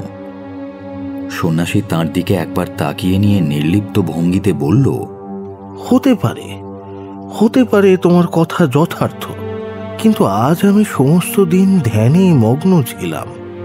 কথায় কথায় রাত বেড়ে চলল দেখে আমি বললাম, দেখো, শোভন সিং এর কন্যা রূপসী সিং নিরুদ্দেশ হয়েছে। বাড়ির লোকের ধারণা সে খুন হয়েছে এবং অভিযুক্তের তালিকায় তুমি মানে তোমরা 3 জন রয়েছ। কাজেই তোমাদেরকে এখনই আমার সঙ্গে থানায় যেতে হবে। কোনো রকম দ্বিরুক্তি না করে সেই সন্ন্যাসী অপর 2 জনের ধ্যান ভঙ্গ করল। আমি পকেট থেকে 3টে দড়ি বের করে একে একে ওদের হাত বাঁধলাম। সন্ন্যাসী কেবল একটু হাসল, কোনো আপত্তি করল না। কাজ হয়ে গেলে আমি কিছুটা এগিয়ে গিয়ে আমার আলোটা নিয়ে এদিক ওদিক একবার ভালো করে দেখে নিলাম। জায়গাটা দেখে মনে হলো না এখানে খুনের মতো কোনো ঘটনা ঘটেছে। এখানে যদিও বা রূপসীকে খুন করা হয়ে থাকে, তবে তার লাশ গেল কোথায়? এরই মধ্যে কি এরা লাশটাকে বনে কোথাও পুঁতে ফেলেছে নাকি? তবে তো এই অন্ধকারে আমার একার পক্ষেও তা উদ্ধার করা অসম্ভব। গৌরীর মতে ঘটনাস্থল ছিল এটাই, কিন্তু এখানে সন্দেহজনক তো কিছুই চোখে পড়ছে না। অগত্যা ফিরে যাওয়ার প্রস্তুতি নিলাম। ফটকের সামনেই সালামতের গাড়িটা দাঁড়িয়েছিল। সবাইকে নিয়ে তাতে উঠে বসতেই কোচম্যান গাড়ি ছুটিয়ে দিল। থানায় ফিরতে রাত্রি প্রায় 2টো বেজে গেল। সন্ন্যাসী 3 জনকে আটক করে রাখার দায়িত্ব কনস্টেবলের হাতে দিয়ে আমি বাড়ি ফিরে গেলাম। সারাদিনের ক্লান্তিতে দেহ অবসন্ন হয়ে এলেও বাকি রাতটুকু জেগেই কাটল। মিথ্যে মিথ্যে, কারুর না কারুর কথায় নিশ্চয়ই কোনো মিথ্যে লুকিয়ে আছে। কিন্তু কার কথায়? সন্ন্যাসী নাকি শোভন সিং? নিজের মেয়েকে হারিয়ে শোভন সিং কেন মিথ্যে কথা বলবে? আর এতে তার লাভই বা কি? আবার সন্ন্যাসীও যদি মিথ্যে বলছে, তবে তার ভাবভঙ্গি এতটা নির্লিপ্ত হতে পারে কিভাবে? একটা লোক যতই পাকা অপরাধী হোক, মিথ্যে বলার সময় তার চোখ মুখে অস্থিরতা ধরা পড়বেই। কিন্তু এক্ষেত্রে তো সেরকম কিছু। তাছাড়া ঘটনাস্থলেও এমন কিছু চোখে পড়ল না যাতে সন্ন্যাসীদের দোষী সাব্যস্ত করা যায়। এত তাড়াতাড়ি এত ভালোভাবে সব প্রমাণ কিভাবে লোপাট করে ফেলতে পারল ওরা? না, ভীষণ রকম খটকা লাগছে। সকাল থেকে আবার সবটা শুরু করতে হবে, শুরুর থেকে শুরু করতে হবে।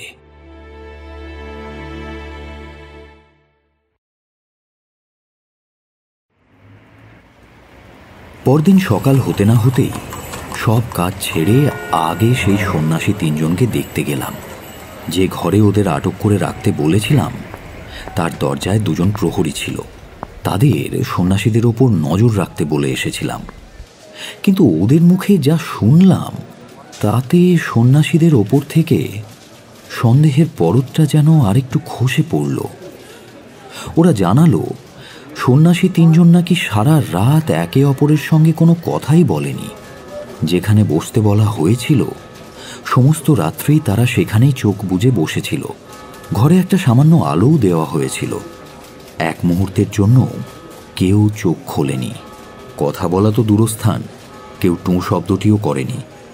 না শুয়ে না ঘুমিয়ে ঠায় বসে থেকেছে। তবে গৌরীর মুখে যা যা শুনেছিলাম তার সঙ্গে এদের কোনো মিল নেই। এ আবার কিরকম রহস্য? তাহলে কি এরা নির্দোষ? আমি কি অন্যায় সন্দেহ করে এদের ধরে আনলাম নাকি? যদি তাই হয় তবে যে আমার যথেষ্ট পাপ সঞ্চয় হয়েছে সে বিষয়ে কোনো সন্দেহ নেই। কিন্তু গৌরীর কথাই বা মিথ্যে বলে ধরে নিই কি করে? গৌরীর বয়স 14-15 বেশি হবে না। এই বয়সে সে যদি এত মিথ্যে কথা সাজিয়ে বলতে পারে তাহলে বড় হলে সে কি করবে? এইসব ভাবতে ভাবতে আমি সন্ন্যাসীদের কাছে গেলাম। তারা তখনও চোখ বুজেই রয়েছে। একবার তাদের জিনিসপত্রগুলো দেখার ইচ্ছে হলো, যদিও বা এই সামান্য সন্ন্যাসীদের কাছে আর কি বা জিনিস থাকবে। যারা সংসার ত্যাগ করেছে, যারা মন থেকে বাসনা দূর করেছে, তারা আবার সঞ্চয় করবে কি? তবে যদি ভণ্ড হয় তাহলে কিছু পেলেও পেতে পারি। এই ভেবে আমি ওদের পুঁটুলি কমণ্ডলু এইসব জিনিসগুলো খুঁজে দেখতে আদেশ করলাম। প্রহরারত প্রহরী দুজন তৎক্ষণাৎ আমার আদেশ পালন করল। কিন্তু যা ভেবেছিলাম তাই হলো। ওদের কারো কাছে তেমন কোনো জিনিসই খুঁজে পাওয়া গেল না।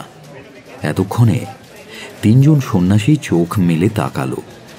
বয়োজ্যেষ্ঠ সন্ন্যাসীটি স্মিত হেসে বলল, সকল মোহ মায়া ত্যাগ করে আমি এখন ঈশ্বর নিবেদিত প্রাণ। তবুও তোমার মনের শঙ্কা যদি এখনো না মেটে, তুমি আমায় আরও কিছু জিজ্ঞাসা করতে পারো। আমি যতটা পারি তোমায় সাহায্য করব। শোভন সিং তোমায় যে অভিযোগে যুক্ত করেছে তা সত্যি প্রমাণিত হলে তোমাকে যে ফাঁসি কাঠে ঝুলতে হবে তাতে কোনো সন্দেহ নেই। কাজেই যদি নিজের মঙ্গল চাও তবে যা জানো সত্যি করে বলো। শোভন সিং আমায় জানিয়েছে যে তুমি তার শত্রু। বেশ কিছু বছর আগে ওর থেকে টাকা নিয়ে তুমি ফেরার হয়ে গিয়েছিলে। বছর 3 আগে তোমার দেখা পেয়ে সে টাকা সে ফেরত চায় এবং তুমি তা না দিলে পুলিশে যাওয়ারও হুমকি দেয়। কাজেই তুমি আর কোনো পথ না পেয়ে ওর হাত থেকে মুক্তি পেতে এবং প্রতিশোধ নিতে রূপসীকে খুন করে তার গায়ের সব গয়না লুট করেছ। সে আরও বলেছে তোমার নাম ভজন সিং। এর পরের বাকি সকল সত্যি মিথ্যে প্রমাণ করার দায় তোমার। বলো, পরিষ্কার করে বলো, এ বিষয়ে তোমার কি বলার আছে? এত কিছু শোনার পরেও সন্ন্যাসীদের আগের মতোই ভাবলেশহীন মুখ, একটা প্রচ্ছন্ন স্মিত হাসি সারাক্ষণ যেন চোখে মুখে লেগে আছে। এইরকম দৈহিক ভাব সাত্ত্বিক সাধু মানুষ ছাড়া সচরাচর কারো মধ্যে চোখে পড়ে না। সে ঠিকই বলেছে, আমার নাম ভজন সিং, কিন্তু আমি যে তার শত্রু এবং প্রতিশোধ নিতে এসব কাণ্ড করেছি এ কথা সর্বৈব মিথ্যে। সংসার বিরাগী সন্ন্যাসী কারো শত্রুতাচারণ করে না, এ জগতে আমার শত্রুও নেই, আমিও কারো শত্রু নই। এর বেশি আমার আর কিছুই বলার নেই। এরপর যা যা করলে আপনার বিশ্বাস হয় আপনি স্বচ্ছন্দে তাই করুন, আমার তাতে কোনো প্রকার ক্ষতিবৃদ্ধি হবে না। জীবন তো ক্ষণস্থায়ী, আজ না হোক দুদিন পরে কোনো না কোনো একদিন আমাকে তো মরতেই হবে। তা ঠিক, মরতে আমাদের সকলকেই হবে। তবে জগৎ থেকে কে সুনাম অর্জন করে মরল আর কে দুর্নাম কুড়িয়ে বিদায় হলো, সেটাই আসল কথা। তা তোমার পাল্লাটা কোন দিকে বেশি ভারী? তুমি তো খুব কম দিনই হলো এ পথে এসেছো, তাই এখনকার কথা বলছি না। আগে যখন তুমি সংসারী ছিলে তখনকার কথা জিজ্ঞেস করছি।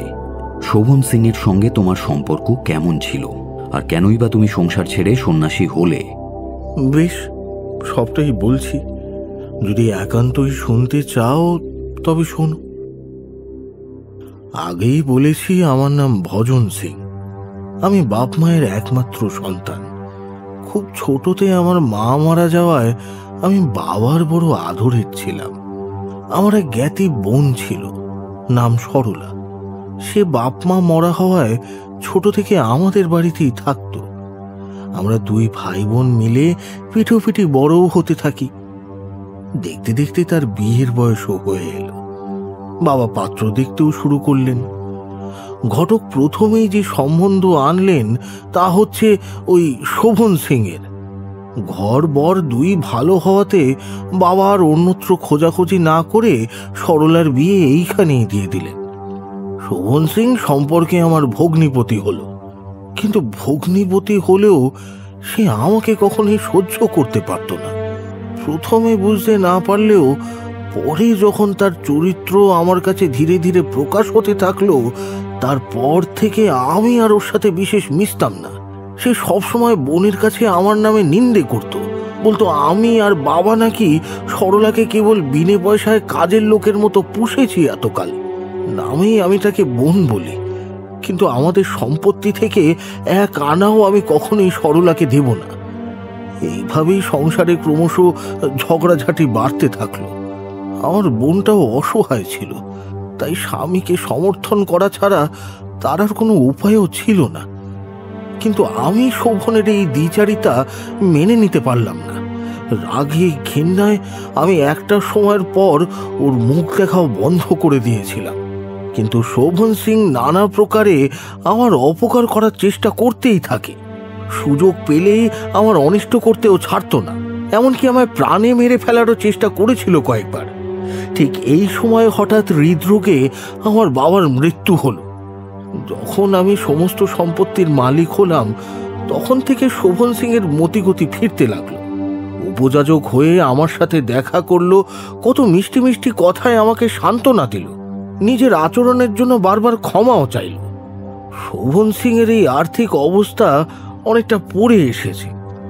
ব্যবসায় পরপর লোকসান খেয়ে তখন তার প্রায় ভিখারির দশা।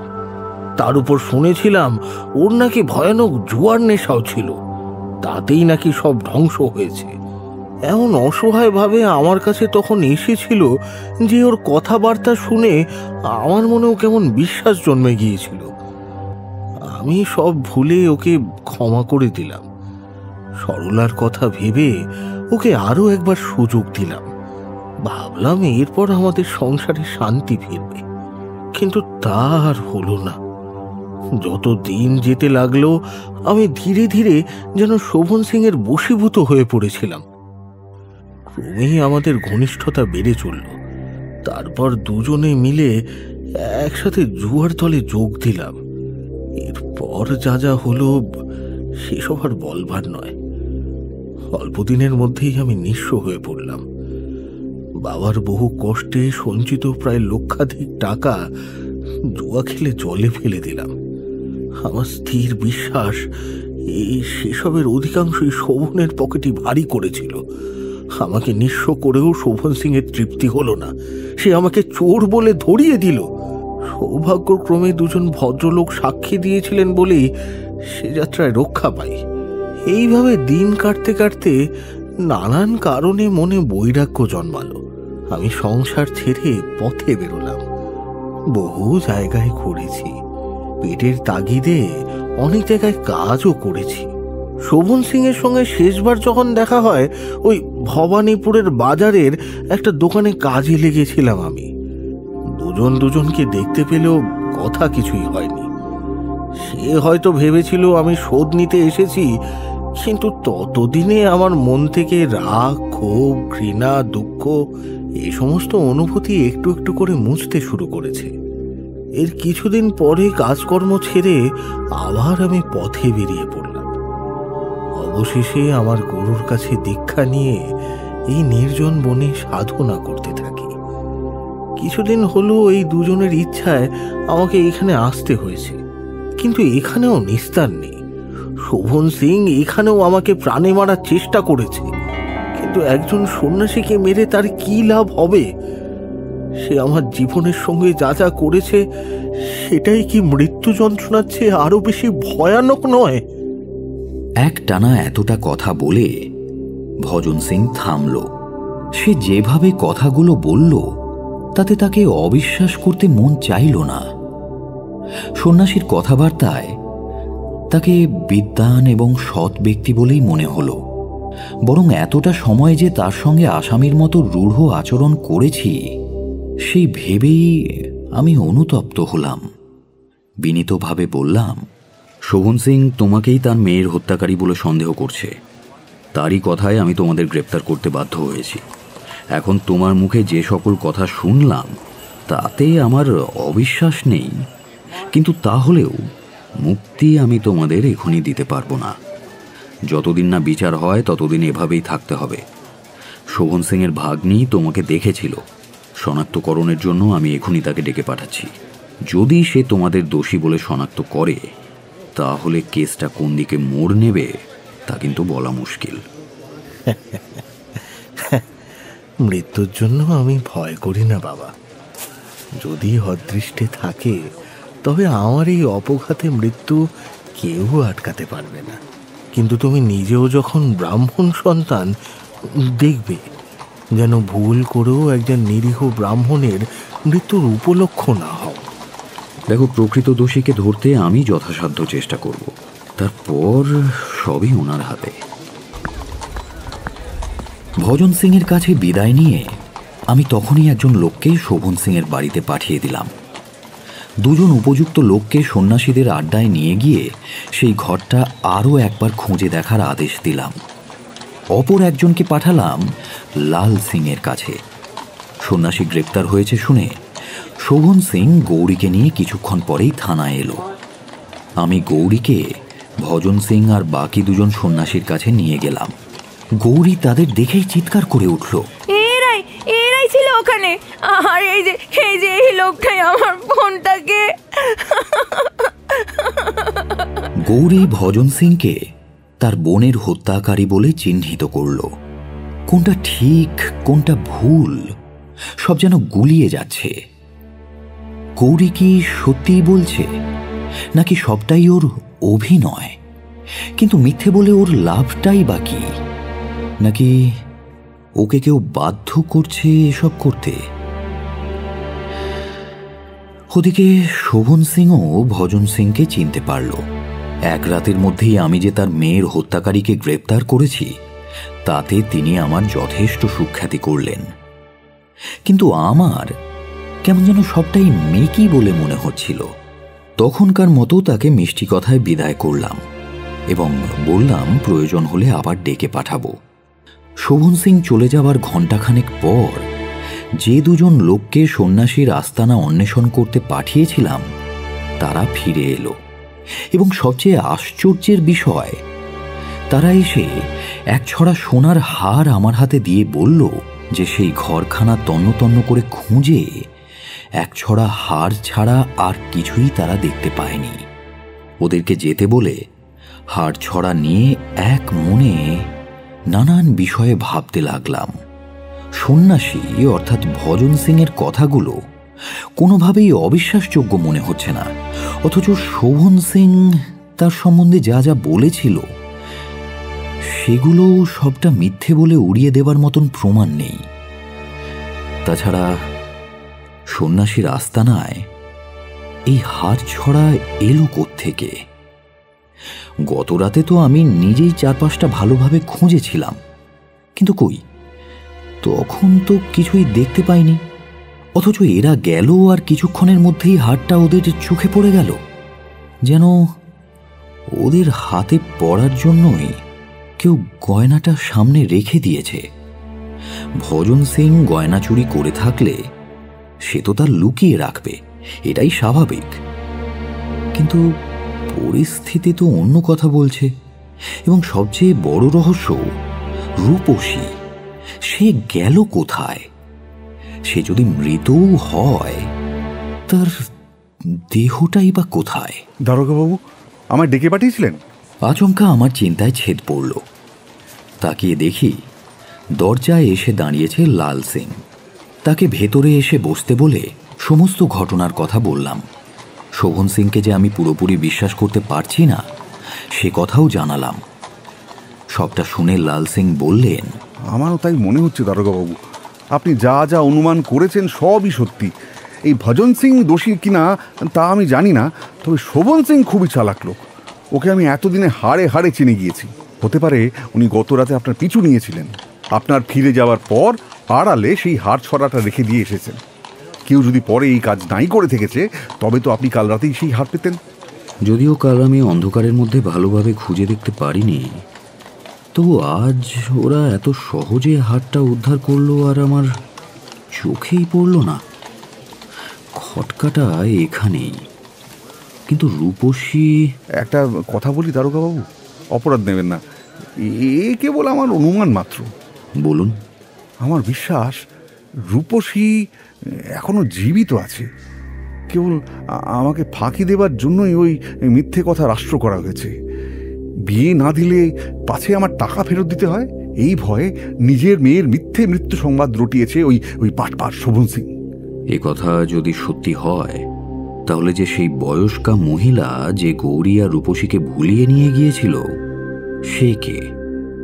রূপসীর সাথে সাথে ওই বৃদ্ধাকে ধরাও খুব দরকার। আচ্ছা, আপনার সঙ্গে তো শোভন সিংয়ের পরিচয় অনেক দিনের। বিয়ে স্থির হবার অনেক আগে থেকেই তো আপনাদের বন্ধুত্বের সম্পর্ক। আপনি এমন কোনো বয়স্কা মহিলাকে চেনেন যার সঙ্গে শোভন সিংয়ের কোনো প্রকার ওই সম্পর্ক আছে? কখনো কাউকে দেখেছেন? একটু মনে করে বলুন তো। লাল সিং কিছুক্ষণ এক মনে কিসব যেন চিন্তা করলেন, তারপর বললেন, রূপসীর মাকে আমি কখনো দেখিনি। রূপসীর যখন 7 বছর বয়স, তখন তিনি সাপের কামড়ে মারা যান। শুনেছি সুন্দরী স্ত্রী থাকা সত্ত্বেও শোভন সিং নাকি এক রক্ষিতার প্রেমে মুগ্ধ ছিল। সে মেয়ে ছেলের নাম কামিনী। তাকে বার কয়েক আমি দেখেছি। সে শোভন সিংয়েরই সমবয়স্ক। দেখতে নিতান্ত মন্দ নয়, কিন্তু রূপসীর মায়ের সঙ্গে কোনো বিষয়েই তার তুলনা চলে না। তাছাড়া আমি আর কোনো মেয়ের সঙ্গে শোভন সিংয়ের ঘনিষ্ঠতা আছে কিনা জানি না। একে তো সে কুলোটা মেয়ে, তার উপর বয়স হয়েছে। নিশ্চয়ই সেই মেয়ে ছেলের অবস্থাও এখন খারাপ হয়ে গেছে। সুতরাং তাকে যে বুড়ির মতো দেখাবে, তাতে আর আশ্চর্য কি? আবার এও হতে পারে সে হয়তো বৃদ্ধার ছদ্মবেশ নিয়ে এই কাজটা করে থাকবে। হ্যাঁ, এ মতলব যদি খোদ শোভন সিংয়েরই হয়, তবে তো বলতেই হয় যে এই কাজ ওই মেয়ে ছেলের সাহায্য নিয়ে করেছে। কাউকে ভুলিয়ে নিয়ে যাওয়া তো আর সহজ ব্যাপার নয়। যে সে লোকের উপর তো আর এমন কাজের ভার দেওয়া যায় না। আমার মনে হয় এই কাজ ওই মাগিরই। সে মহিলার বাড়ি চেনেন? চিনি না, তবে খুঁজে বের করার চেষ্টা করতে পারি। শুনেছিলাম মিছুয়া বাজারের দিকে কোথাও একটা থাকে। বেশ, আপনি তার খোঁজ আমায় এনে দিন, বাকিটা আমি দেখে নেব। বেলা প্রায় 4টের সময় লাল সিং আবার আমার কাছে এলেন। ওর মুখ দেখেই বুঝলাম কাজ উদ্ধার হয়েছে। দারোগাবাবু, কামির সন্ধান পেয়েছি। বয়স বেশি না হলেও বেতো রোগে তাকে বুড়ি করে দিয়েছে। আমি নিজের চোখে তাকে দেখে এসেছি। মিছুয়া বাজারে গোবিন্দ কলোনিতে 304 নম্বর ঘরে সে থাকে। এইটুকু খবরই যথেষ্ট। আর দেরি করা ঠিক হবে না। সময় নষ্ট না করে আমি তখনই ছদ্মবেশ নিয়ে লাল সিংকে সঙ্গে করে একটা ভাড়াটিয়া গাড়িতে চেপে কামিনীর বাড়ির দিকে রওনা হলাম। গন্তব্যে পৌঁছে গোবিন্দ কলোনির কিছুটা আগেই আমরা গাড়ি থেকে নেমে পড়লাম। 304 নম্বর ঘরের কাছে যখন উপস্থিত হলাম তখন সন্ধে প্রায় হয়। দিনটা ছিল শনিবার। আমি বেশ বাবুটি সেজে গিয়েছি। একে শনিবার সন্ধ্যাকাল, তার উপরে আমি একজন নতুন বাবু। এছাড়াও আমি যেভাবে কলোনির বারান্দা দিয়ে হাঁটতে হাঁটতে এঘর ওঘর দেখতে দেখতে চলেছি, তখন আর কার্যসিদ্ধি না হয়ে যায় কোথায়। বাবু, এইদিকে নতুন মনে হচ্ছে। কোন বাড়িতে যাবেন? আসুন না, আমার সঙ্গে আসুন, আমি নিয়ে যাচ্ছি। তাকিয়ে দেখি একটি আধা বাবু গোছের লোক আমাদের কাছে এসে দাঁড়িয়েছে। কথাখানা সেই বলল, উত্তরের আশায় আমাদের দিকে চেয়ে আছে, মুখে পান। আপনার সঙ্গে যাব বলছেন? আপনাকে দিয়ে কাজ হবে তো? কি যে বলেন বাবু, এই মহল্লায় একমাত্র কাজের লোক তো আমি। আপনি শুধু মুখ ফুটে বলুন কি চান, মিনিটের মধ্যে সব ব্যবস্থা হয়ে যাবে। হ্যাঁ, বুঝলাম আগন্তুকটি একটি দালাল। কিছু পাবার আশায় যেচে পড়ে আমাকে নিয়ে যেতে চাইছে, কিন্তু বাড়ির ভেতরে যাওয়াটা ঠিক হবে না মনে করে ঠিক করলাম বাইরেই কামিনীর সঙ্গে দেখা করব। লোকটাকে বললাম, দেখো, তুমি আমাকে যা মনে করেছো আমি তা নই, তবে যখন আমার কাছে এসেছো তখন যদি আমার একটা কাজ করতে পারো তবে আমিও তোমায় সন্তুষ্ট করতে পারি। বলুন না, কি কাজ? ওই বাড়িতে কামিনী নামে একটা মেয়ে মানুষ আছে, জানো? ওই মেয়ে ছেলেটা? জানবো না কেন, আগে ভালোই ছিল, তবে এখন একেবারে বাটে পঙ্গু হয়ে গেছে। সেসব জেনে আমার কোনো কাজ নেই। কামিনীকে কোনোভাবে আমার কাছে আনতে পারো? আমি বাড়ির ভেতরে গিয়ে তার সঙ্গে দেখা করতে পারবো না। ডেকে আনবো? সে কি আপনাকে চেনে নাকি? না, আমাকে সে চেনে না। তুমি যে কোনো কৌশলেই হোক তাকে ডেকে আনো, এতে তোমার লাভ হবে, কথা দিচ্ছি। সে না হয় আনলাম, কিন্তু দেখা করবেন কোথায়? এই রাস্তায়? না, তাও সম্ভব নয়। তার উপায়ও তোমাকেই করতে হবে। তোমার কোনো ঘরটর নেই এখানে? তা আছে, কিন্তু সেখানে নিয়ে গেলে তো সকলকে ভাগ দিতে হবে। আমরা 5 জন মিলে ঘরটা ভাড়া নিয়ে থাকি আর কি, বুঝলে না? বেশ, তাদেরও আমি কিছু দেব। তুমি কামিনীকে সেখানেই নিয়ে এসো, আর আপাতত সেই ঘরটা এখন আমাকে দেখিয়ে দাও। তাদের ঘরটা কাছেই ছিল। লাল সিংকে নিয়ে আমি সেই ঘরের ভেতরে বসলাম। 4 জন লোক সেখানে বসে বসে তাস খেলছিল।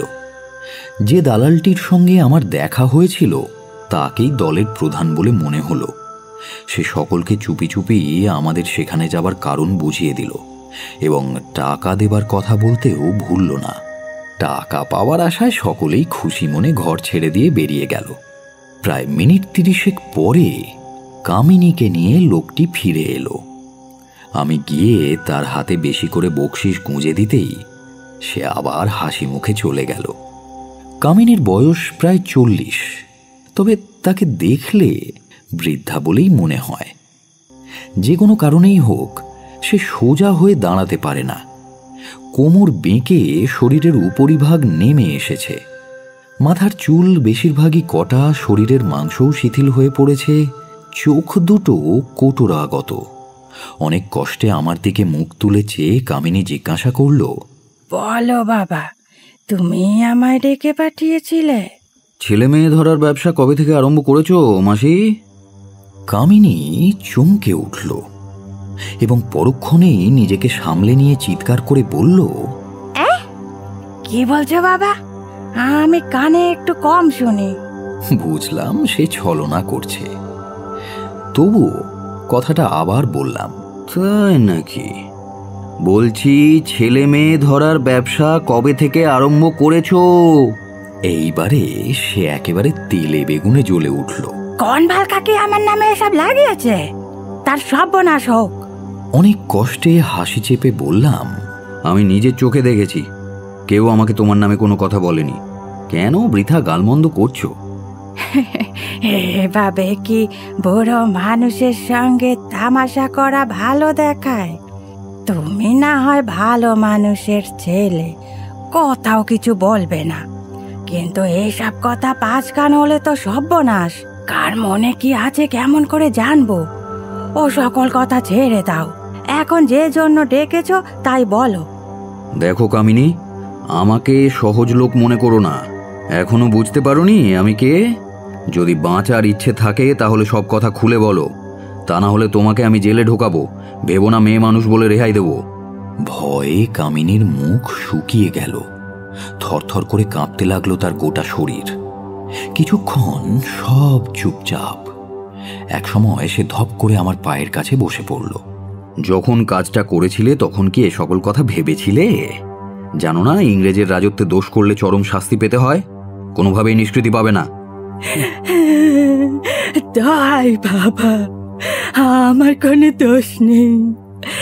পেটের দায়ে আরো হতভাগা এক সন্ন্যাসীর কথায় আমি মেয়ে দুটোকে তার কাছে নিয়ে গিয়েছিলুম। কে জানে এমন হবে। সন্ন্যাসীর কথায় নিয়ে গিয়েছিল? বেশ, কিন্তু দুজনকে যে নিয়ে গিয়েছিলে, ফিরে এসেছে তো একজন, আরেকজনের কি হলো? তা কেমন করে বলি বাবা, আমি মেয়ে দুটোকে তার কাছে দিয়েই চলে আসছিলাম। তারপর ওই বুড়ো সন্ন্যাসীটা আমায় একজনকে আবার ফেরত নিয়ে চলে যেতে বলল। অন্যটার কি হয়েছে জানি না বাপ। এ কাজের জন্য কত টাকা পেয়েছিলে? 10 টাকা ওই সন্ন্যাসী দিয়েছিল। তাকে এখন দেখলে চিনতে পারবে? তা পারবো। সমস্ত কথা গোড়া থেকে খুলে বলো, কিন্তু সাবধান, মিথ্যে বলার কোনো চেষ্টা করো না। যদি জানতে পারি যে তুমি মিথ্যে বলছো তাহলে কিন্তু তোমার কপালে। না না বাবা, আমি সব বলছি। সন্ন্যাসীর কথায় রাজি হয়ে আমি মেয়েটাকে ধরবার চেষ্টা করি। 2 দিন তার বাড়ির কাছে ঘুরেও ধরতে পারিনি। শেষে একদিন ভোরে সে আর আরেকজন মিলে বাড়ি থেকে বের হয়। আমি পিছু নিই। যখন ওরা দুজন পদ্মপুকুরের ধারে গেল, তখন আমি কৌশলে আরক মিশানো 2 জবা ফুল তাদের নাকের কাছে ধরি। ফুলের গন্ধে তারা একরকম পাগল হয়ে যায়। আমি যা বলি তারাও তাই করে। ব্যাস, তারপর সুযোগ পেয়ে আমি ওদের নিয়ে একখানা গাড়িতে করে সন্ন্যাসীর কাছে নিয়ে যাই। তারপর সন্ন্যাসীর কাছ থেকে টাকা নিয়ে ঘরে ফিরে আসি। আসার পথে একটা মেয়েকে বনের মধ্যে ফেলে দিয়েছিলাম। 2 মেয়েকেই কি ধরার কথা ছিল নাকি? না বাবা, কেবল একজনকে। কিন্তু যখন দুজনে একসঙ্গে ছিল তখন দুজনকেই ধরে নিয়ে গেলাম। তা মেয়েটাকে সন্ন্যাসীর কি দরকারে লেগেছিল? জানি না, তবে শুনেছি সেই সন্ন্যাসী নাকি কাপালি, অনেক মানুষ মেরেছে। বাহ, সব জেনে শুনেও তুমি মেয়েটাকে তার হাতে তারপরেও ছেড়ে দিলে, হ্যাঁ? নিজের পেট কাঁদলে জ্ঞান থাকে না বাবা। শোভন সিংকে চেনো? কে কে শোভন সিং? আমি কোনো শোভন সিংকে চিনি না। আমি লাল সিং এর দিকে তাকালাম। তিনি আমার ইশারা বুঝতে পেরে কামিনীকে উদ্দেশ্য করে বললেন, দেখো কামিনী, ইনি তোমার অতীতের কথা সমস্তই জানেন। তুমি যে এক সময় শোভন সিং এর রক্ষিতা ছিলে উনি তাও জানেন, আমি বলেছি। তুমি বোধহয় আমাকে এখনো চিনতে পারোনি। কামিনী সত্যিই এতক্ষণ লাল সিংকে ভালোভাবে লক্ষ্য করেনি। এবারে তার দিকে এক দৃষ্টে কিছুক্ষণ তাকিয়ে থেকে বুঝল একে আগে ঠিক সে কোথাও না কোথাও দেখেছে। আর তখনই তার মুখখানা ভয়ে বিবর্ণ হয়ে গেল। আমার দিকে চেয়ে কি একটা বলতে চেষ্টা করেও পারল না, মাথা নিচু করে রইল। দেখো কামিনী, তোমাকে এখনই আমার সঙ্গে থানায় যেতে হবে। ভালো কথায় ভোলার লোক তুমি নও। তোমার জন্য আদর্শ জায়গা হচ্ছে জেল। ওঠো ওঠো। বাবু, বাবু দয়া করুন, আমি কিছু করিনি। আমার জেলবাসী হবে না বলুন, তাহলে আমি সব স্বীকার করব।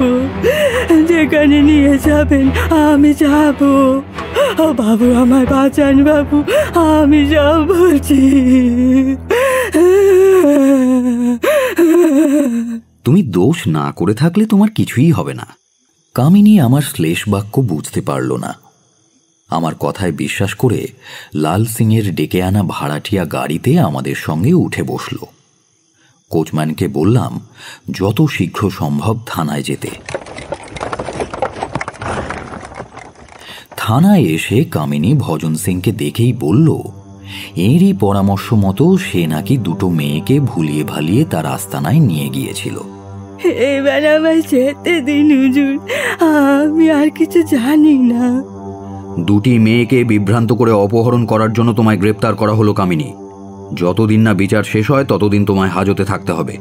কনস্টেবল, নিয়ে যাও। না বাবু, আমার যেতে দিন। আপনি তো বলেছিলেন আমার কিছু হবে না, আমার ছেড়ে দিন। হুজুর, হুজুর শুনুন, শুনুন। কামিনী অনেক কান্নাকাটি করল, অনেক কাকুতি মিনতিও করল, শেষমেশ গালিগালাজ করতেও ছাড়ল না। তবুও কিছুতেই কিছু হলো না। একে একে কাজগুলো শেষ করতে সন্ধে হয়ে গেল। আমি নির্জনে বসে এই অদ্ভুত রহস্যের বিষয়ে চিন্তা করতে লাগলাম। তাহলে কি সন্ন্যাসীরাই রূপসীকে খুন করেছে? তখন গৌরী, এখন কামিনী, দুজনেই ওই সন্ন্যাসীকে শনাক্ত করল। তবে কি এটাই সত্যি? অথচ সন্ন্যাসী আমাকে যা যা বলল তাতে তার কথাকে অবিশ্বাস করা যায় না। একজন সাধু, সচ্চরিত্র, সদাশয় ব্যক্তি এবং অন্যজন বেশ্যা। কামিনীর কথা মিথ্যে হতে পারে, কিন্তু সে পুলিশের কাছে কি এমন সাজানো কথা বলে ফাঁকি দিতে সাহস করবে? কিন্তু সন্ন্যাসী বা মিথ্যে বলবে কেন? সন্ন্যাসীর মৃত্যু ভয় বা কি? যার সংসার বন্ধন শিথিল হয়ে গিয়েছে, এ জগতে যার আপন বলতে কেউ নেই, সে সামান্য প্রাণের জন্য এত বড় ঝুঁকি নেবে? শুধুই কি শোভন সিংয়ের প্রতি হিংসাবশতই? আচ্ছা, সন্ন্যাসী যদি নির্দোষ হয়ও, তবে কিভাবে তা এখন প্রমাণ করব? শেষে তাহলে প্রমাণের অভাবে একজন নিরপরাধ ব্রাহ্মণ সন্তানকে ফাঁসি কাঠে ঝুলিয়ে দেব? নির্ঘাত কামিনীর কথাতেই কোথাও গলদ আছে। সে যখন শোভন সিংয়ের রক্ষিতা ছিল, সে যখন একসময়ে শোভন সিংয়ের পয়সা খেয়েছে, তখন সে কখনো তার অনিষ্ট করতে পারবে না। একজন সামান্য সন্ন্যাসীর কথায় শোভন সিংয়ের মেয়েকে হত্যা করার জন্য তার হাতে সঁপে দেবে, এ হতেই পারে না। এইসব ভাবতে ভাবতেই হঠাৎ মাথায় একটা উপায় এলো। লাল সিং তখনও থানাতেই ছিল। আমি তাকে ডেকে জিজ্ঞাসা করলাম, আচ্ছা, শোভনের বোন ছাড়া আর কোনো নিকট আত্মীয় কিছু আছে? তাকে আমি জিজ্ঞেস করেছিলাম, তো আপনি যদি এ ব্যাপারে কিছুটা। আগে না, শোভন সিংয়ের দুটোই বোন ছিল। একজন ছোটবেলায় মারা যান, অন্যজন ওই গৌরীর মা। গৌরীর মায়ের সঙ্গে আপনার পরিচয় আছে? তার স্বভাব চরিত্র কেমন? অতি কুৎসিত। তার মতো দুষ্ট চরিত্রের মহিলা আর দুটো হয় না। উনিই যত নষ্টের মূল। শোভন সিংয়ের ইচ্ছে থাকলেও কেবল ওই বোনের কথাতেই তিনি রূপসীর সঙ্গে আমার বিয়ে দিতে আর রাজি হচ্ছিলেন না। তার কি কেবল ওই একটি কন্যা সন্তান? হ্যাঁ। তা ওনারা থাকেন কোথায়? শিয়ালদহের কাছেই। আমি সেই বাড়ি চিনি, যাবেন? গিয়ে তো লাভ নেই। শোভন সিং তো বলেছিল বিয়ে উপলক্ষে তার বোন ও বাড়িতে আছেন। সম্ভবত এখনো ফিরে যাননি। কাজেই শোভন সিংয়ের বোন ওর বাড়িতেই আছেন, এটা আপনাকে কে বলল দারোগাবাবু? তিনি তো বিয়ের দিন সকালেই নিজের বাড়িতে ফিরে গিয়েছেন। বলেন কি? রাত্রে ভাইজির বিয়ে আর সেই সকালেই তিনি বাড়ি ফিরে গেলেন? আপনি ঠিক জানেন? একদম ঠিক জানি। যখন আমি বরযাত্রী নিয়ে যাই, উনি ছাড়া সবাই সেখানে ছিলেন, এমনকি তার স্বামী ও মেয়েও। অথচ উনি কেন সকালে বাড়ি ফিরে গিয়েছিলেন তা আমি জানি না। কিন্তু শোভন সিংয়ের মুখে তো এ কথা সেদিন শুনলাম না। এমনকি তিনি তো তার ভগ্নিপতির সঙ্গে আমার পরিচয়ও করালেন, তখনও বললেন না। এ আবার কোন নতুন রহস্য? শুনুন লাল সিং, এবারে তাহলে আপনাকে আর একটা কাজ করতে হবে। আমি এখনই একবার গৌরীদের বাড়ি যেতে চাই। আপনি সঙ্গে চলুন। ভেতরে আমি একাই যাব। আপনি কেবল দূর থেকে বাড়িখানা আমাকে দেখিয়ে দেবেন। লাল সিং এক বাক্যে রাজি হয়ে গেলেন। আমি আবারও ছদ্মবেশ নিয়ে তার সঙ্গে শিয়ালদহ অভিমুখে রওনা হলাম। গন্তব্যে যখন এলাম, রাত্রি তখন 8টা। লাল সিং দূর থেকে একখানা ঘর আমাকে দেখিয়ে দিলেন। আমি তাকে থানায় ফিরে যেতে বলে অতি সন্তর্পণে সেই বাড়ির ভেতরে গিয়ে ঢুকলাম। ছোট হলেও বাড়িটা দোতলা, চারপাশ বেশ পরিষ্কার পরিচ্ছন্ন। সদর দরজা পার হয়ে দুই দিকেই দুটো ঘর দেখতে পেলাম, কিন্তু দুখানা ঘরের দরজাতেই চাবি দেওয়া। সদর দরজা পার করে কিছু দূর যাবার পর আর একটা দরজা চোখে পড়ল। এটা ভেতর দিক দিয়ে আঁটা। আমি মনে মনে যা ভাবছি সেটাই যদি চূড়ান্ত সত্যি হয়, তবে এই রহস্যের জবনিকা পতনের আর বেশি দেরি নেই। নিজেকে কিছুটা ধাতস্থ করে দরজার কড়া নাড়লাম। অনেকক্ষণ কেউ কোনো সাড়া দিল না। আমি প্রায় আধ ঘন্টা ধরে ঠায় দাঁড়িয়ে থেকে কড়া নেড়েই চলেছি। অবশেষে বিরক্ত হয়ে চিৎকার করলাম, ভেতরে কে আছেন? দরজা খুলুন, জরুরি দরকার, দরজা খুলুন। কিছুক্ষণ এভাবে চিৎকার করার পর ভেতর থেকে একজন স্ত্রীলোক উত্তর দিল, কে গো? দরজা ভেঙে ফেলবে নাকি? আমার ভীষণ রাগ হলো। চেঁচিয়ে বললাম, সে কি আমার দোষ? 1 ঘন্টা ধরে ডাকাডাকি করেও সাড়া পাই না কেন? আমার কথা শেষ হতে না হতেই দরজাটা ভেতর থেকে খুলে গেল। এক দাসী তার হাতের লণ্ঠনটা আমার মুখের সামনে তুলে বলল, কে কে আপনি? কি চান কি? কোনো প্রকার গৌরচন্দ্রিকা না করে সরাসরি বললাম, রূপসীকে আমার কাছে তাড়াতাড়ি এনে দাও। এখানে রাখা ঠিক নয়। পুলিশের লোকে জানতে পারলে বাড়ি শুদ্ধ সকলকে এক্ষুনি কিন্তু বেঁধে নিয়ে যাবে। শুনেছি 3 জন সন্ন্যাসী গ্রেপ্তার হয়েছে। যতদিন না বিচার হয় ততদিন রূপসীকে সাবধানে রাখতে হবে। আমার কথা শুনে দাসী আমার মুখের দিকে হাঁ করে চেয়ে রইল, কোনো কথা বলল না। রূপসী আছে কিনা তাও বলল না। তবে দাসীর মুখের ভাব দেখে আমার দৃঢ় ধারণা হলো সে এখানেই আছে, কিন্তু কথাটা সাহস করে বলতে পারছে না। আমি নিশ্চয়ই জানতাম না যে রূপসী এখানে আছে, কিন্তু আন্দাজ করেছিলাম। বিশেষত যখন লাল সিংয়ের মুখে শুনলাম বিয়ের দিন সকালে শোভন সিংয়ের বোন তার বাড়ি ফিরে গেছে, তখন তিনি যে রূপসীকে সঙ্গে করেই নিয়ে এসেছিলেন সে বিষয়ে কোনো সন্দেহ নেই। তাই আমার অভিনয়ের সত্যতা বোঝাতে রূপসী আছে না নেই তা না জিজ্ঞেস করে সরাসরি তাকে এনে দিতে বললাম। বৃদ্ধা দাসীটি এখনো চুপ করে দাঁড়িয়ে। সে কিছু একটা সন্দেহ করছে কি? তাহলে কি রূপসী এখানে নেই? আমার চাল তাহলে নিষ্ফল হবে, নাকি আমি অপরিচিত বলে সে এখনো বিশ্বাস করে কিছু বলতে পারছে না? আমি দেরি করলাম না। এইরকম কিছু একটা হতে পারে আগেই আন্দাজ করেছিলাম। কাজেই একটা আগাম প্রস্তুতি আমি নিয়ে এসেছিলাম। দাসীকে বললাম, আমার কথায় বিশ্বাস না হয় এই চিঠিটা নাও। শোভন সিং এটা দিয়েছেন। যাও যাও যাও, আর দেরি করো না। এই বলে দাসীর হাতে চিঠিখানা দিলাম। আগে না বাবু, আপনারে অবিশ্বাস করছি নে। তবে কি এ কাজ খুব গোপনে করাই ভালো কি না? আমি আগে তো আপনারে কখনো দেখিনি, সেই জন্যই চিনতে পারছি নে। শোভনের উচিত ছিল কোনো চীনা লোককে পাঠানোর। আসলে আজ রাতেই রূপসীকে কোনো একটা গোপন জায়গায় সরিয়ে ফেলতে হবে, বুঝলেন না? এত তাড়াতাড়ি পরিচিত বিশ্বাসী লোক কোথায় পাবেন বলুন? আমি যদিও আপনাদের পরিচিত নই, কিন্তু শোভন সিং আমাকে বহু বছর ধরেই চেনেন। আমার মতো বিশ্বাসী লোক এত তাড়াতাড়ি তিনি পাবেন না বলেই আমাকে এ কাজের দায়িত্ব দিয়েছেন।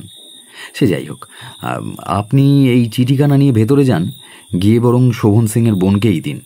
চিঠি পড়া হয়ে গেলে তিনি যেমনটি হুকুম করবেন সেই মতোই কাজ করব। কারে দেব? মা ঠাকুরন রে? তিনি তো লেখাপড়াই জানেন না কো।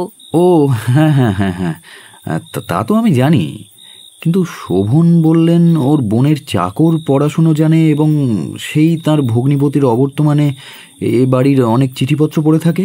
কি যেন নামটা ছিল তার? লকাই। ওর নাম লকাই, কিন্তু সে ছোকরা তো এখন শোভনেরই বাড়িতে আছে। এই রে, এইবার বুঝি ধরা পড়ে গেলাম। আর কোনোভাবেই ফাঁকি দেওয়া গেল না মনে হয়।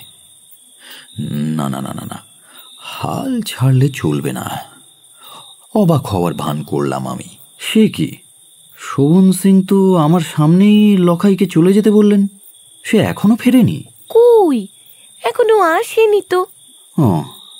তাহলে চলে আসবে নিশ্চয়ই, কিন্তু আমি তো এত দেরি করতে পারবো না। কে জানে, হয়তো এর মধ্যেই পুলিশের লোক এখানে চলে আসতে পারে। এখানে আসলেও কিচ্ছুটি করতে পারবে না যদি না। যদি না? আরে আমার কাছে কোনো কথা বলতে ভয় পেও না, আমি কোনো অপকার করতে আসিনি। আগে আপনারে এখন আর অবিশ্বাস নেই কো, কিন্তু কি জানি যদি আর কোনো লোক আমাদের কথা শুনে ফেলে, সেই জন্যই সাবধান হচ্ছি। দেখো, এখানে আপাতত আর কোনো লোক নেই, তুমি নিশ্চিন্তে সব কথা আমাকে বলতে পারো।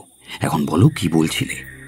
বলছিলাম, রূপসী যদি চিৎকার চেঁচামেচি করে 5 জনকে সত্যিটা জানিয়ে দেয়, তাহলেই তো সর্বনাশ। মেয়েটা যে বড় পাজি, সবাইকে জ্বালিয়ে পুড়িয়ে হারমাস খালি করে দিলে সৃষ্টিচারা মেয়েটা। কেন এরকম বলছো কেন? তা বলবো নে, সে নাকি ওই বুড়োকে বিয়ে করতে পাগল হয়ে উঠেছে। কে বুড়ো? কেন, যার সঙ্গে তার বিয়ের কথা। তো সে কি বুড়ো নাকি? আমি অবশ্য তাকে একবারই মাত্র দেখেছিলাম। দেখতে বুড়ো না হলেও তার বয়স হয়েছে। ওর প্রথম পক্ষের ছেলেটা থাকলে এতদিন 10 বছরের হতো। যার ছেলের বয়স 10, তার আবার বিয়ে করা কেন বাপু? তা তার ছেলেটা এখন কোথায়? ও মরে গেছে। তার মানে রূপসীর এ বিয়েতে অমত নেই, তাই তো? অমত আবার কিসের, থাকবেই বা কি করে?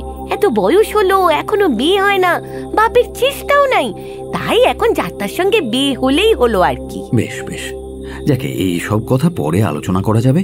তুমি বরং এখন রূপসীকে নিয়ে এসো, আমি তাকে এখান থেকে নিয়ে যাই। আজই কোনো দূরদেশে রওনা না হলে শোভন সিং এর রক্ষা নেই। শুনেছি সে ভাবি জামাইয়ের কাছ থেকে নাকি 800 টাকা আদায় করেছে। বিয়েটা তো হলোই না, এখন টাকা ফেরত না পেলে সে লোক যে কি কি করবে, তার ফল আবার রূপসীকে না ভুগতে হয়। তুমি যাও, নিয়ে এসো। দাসী আর দ্বিরুক্তি না করে বাড়ির ভেতরে চলে গেল।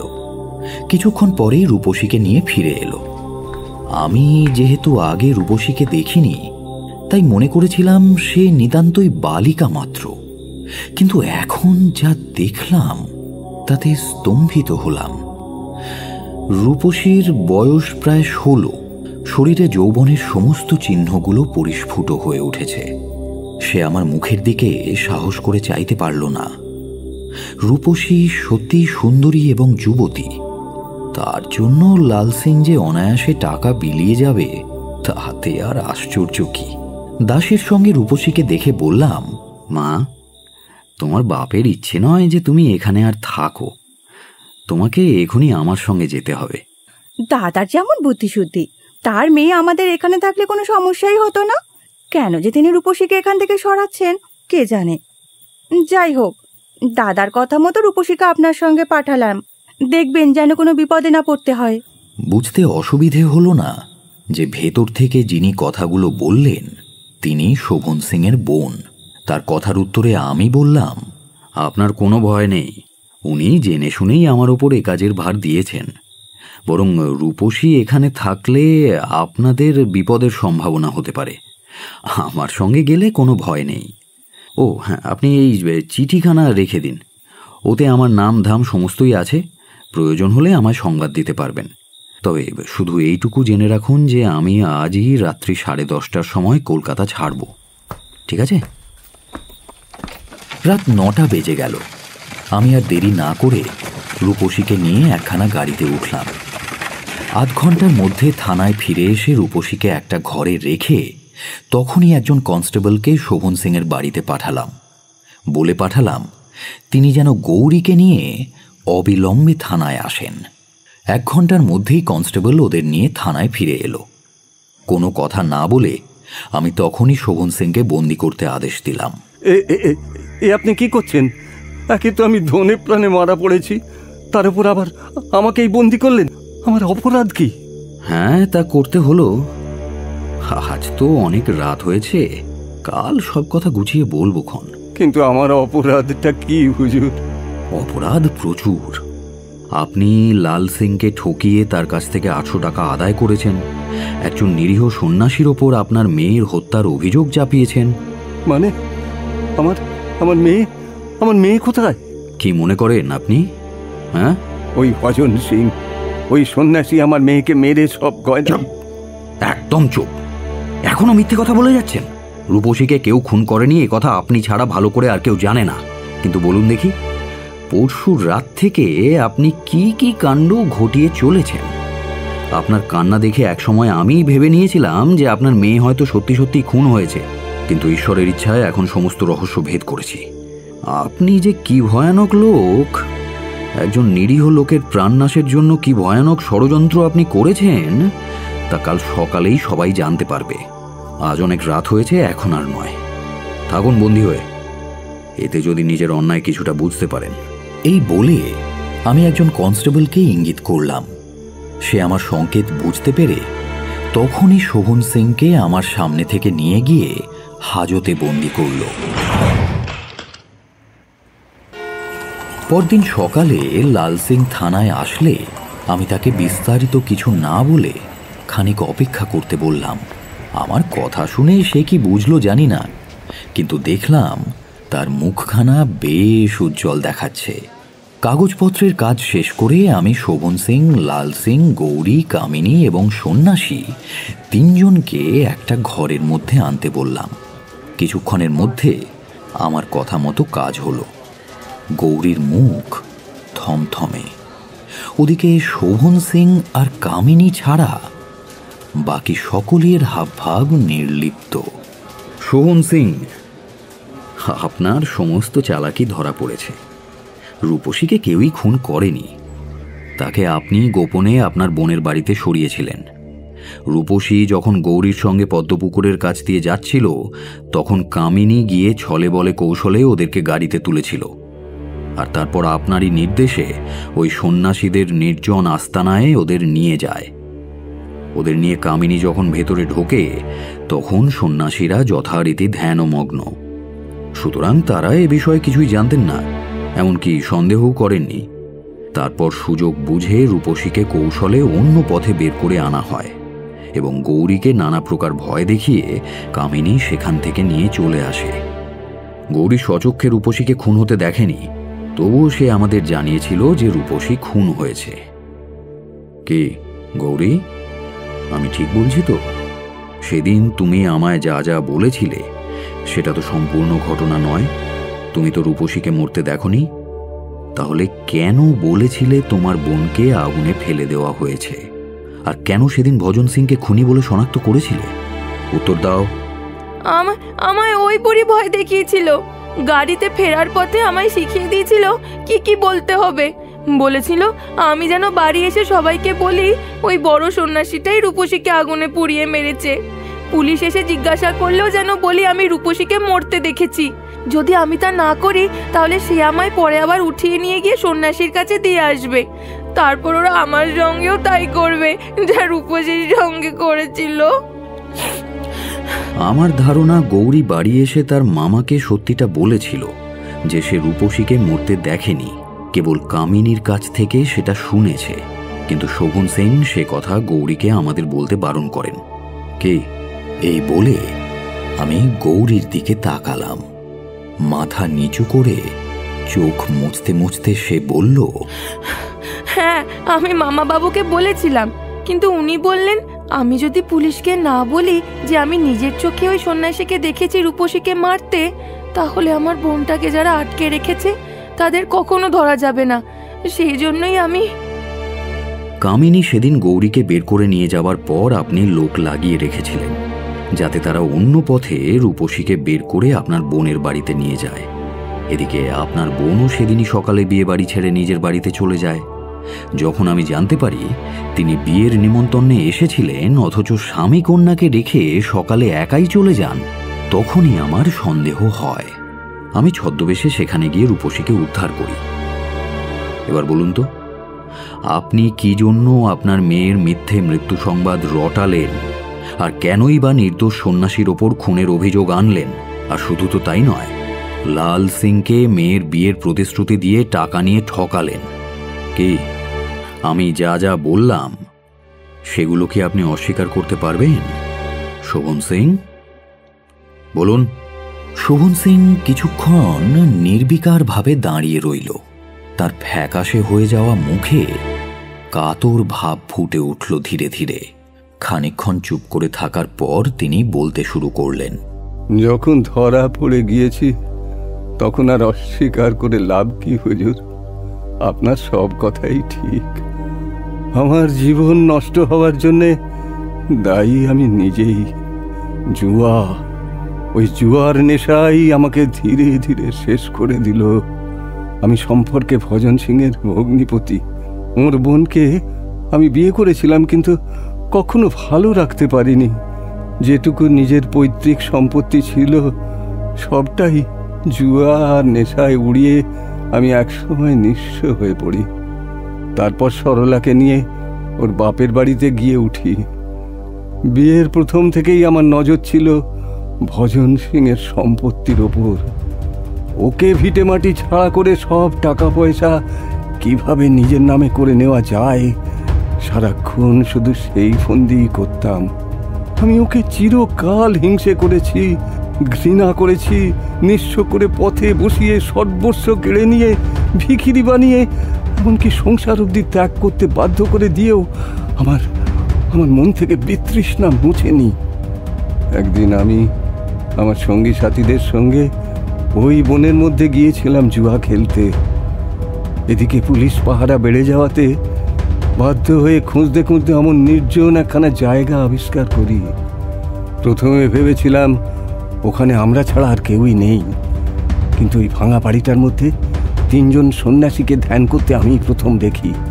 আর দেখা মাত্র ভজন সিংকে আমি চিনতে পারি। ও যদিও আমায় দেখেনি, তবু আমার ভয় হলো। ভাবলাম, ও কি তবে প্রতিশোধ নিতে এসেছে? যদি এতদিনের সকল যোগ চুরির জন্য আমায় পুলিশে ধরিয়ে দেয়, তাহলে তখন আমি কি করব? এইভাবে কিছুদিন কাটলো। রোজই আড়াল থেকে ওদের গতিবিধির ওপর আমি নজর রাখতে থাকি। এক সময় বুঝলাম ভজন সিংয়ের থেকে আমার কোনো ক্ষতির আশঙ্কা নেই, কিন্তু তাও আমি নিশ্চিন্ত হতে পারলাম না। ওর চোখের সামনে থাকায় আমি শান্তিতে থাকতে পারছিলাম না। তাই পরিকল্পনা করতে থাকি কি উপায়ে আবার ওকে আমার থেকে চিরতরে দূরে পাঠিয়ে দেওয়া যায়। এদিকে একদিন মদের নেশায় আমি লাল সিংকে রূপসীকে বিয়ের জন্য প্রস্তাব দিয়ে বসি। সে রাজি হয়, কিন্তু এই সম্বন্ধ আমার পছন্দের ছিল না। নেশার ঘোর কাটতেই বুঝি ভুল করে ফেলেছি। আমি মানুষটা খারাপ, কিন্তু আমার মা মরা একমাত্র মেয়েটাকে একটা দোজবুড়ে বয়স্ক লোকের হাতে তুলে দেবো, এতে আমার মন মানেনি। তাই আরও টাকা চাইতে থাকি, বিয়ের দিন পেছোতে থাকি। এমনকি রূপসী যে বিয়ের আগে অসুখে পড়ে, সেও আমারই কারসাজি ছিল। একখানা কভারেজের থেকে ওষুধ এনে অবশেষে এত ফন্দিবাজি করেও যখন বিয়েটা আর আটকে রাখতে পারলাম না, তখন এই ছক্কসি সঙ্গে নিই কামিনীকে। মনকেও জানাই সব। সে আগে থেকেই এই বিয়েতে অরাজি ছিল, কাজেই সে অমত করল না। এমন করে পরিকল্পনা করলাম যাতে সাপ মরে, লাঠিও না ভাগে। একদিকে ভজন সিং যেমন জেলে পচে মরে, অন্যদিকে লাল সিংকে আমার মেয়েও দিতে না হয়, টাকাটাও ফেরত করতে না হয়। ছি ছি ছি ছি ছি ছি ছি। আপনি মানুষ? এই কি আপনার মেয়ের প্রতি ভালোবাসা? মেয়ের যদি এতই চিন্তা করতেন তবে জুয়া খেলে জীবনটা নষ্ট করতেন না, উপযুক্ত সময়ে তাকে পাত্রস্থ করতেন। এখন আপনাকে একটা সৎ পরামর্শ দিই, শুনুন। যা হবার তা হয়ে গিয়েছে।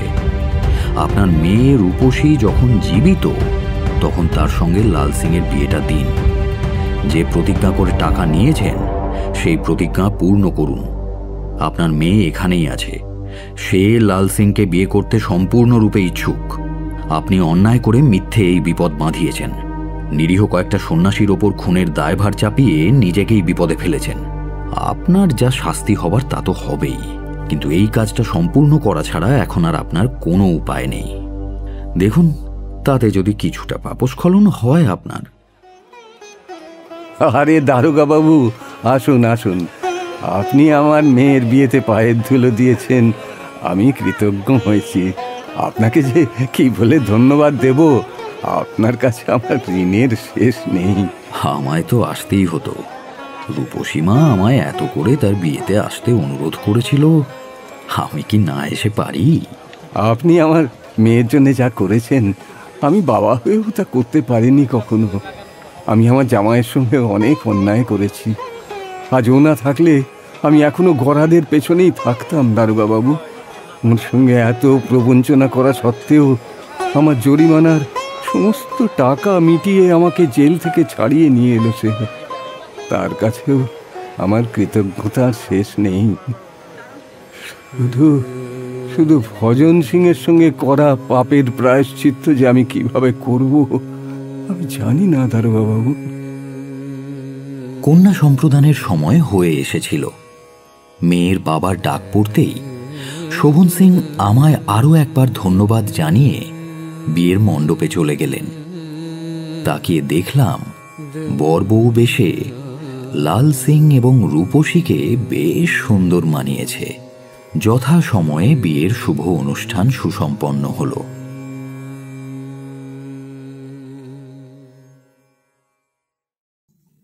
এতক্ষণ আপনি শুনছিলেন প্রিয়নাথ মুখোপাধ্যায়ের দারোগা প্রিয়নাথের কাহিনী খুন না চুরি, only on radio Milan audio story. আগামী সপ্তাহে আরও একটি নতুন গল্প নিয়ে হাজির হব আমরা। শুনতে থাকুন রেডিও মিলন অডিও স্টোরি।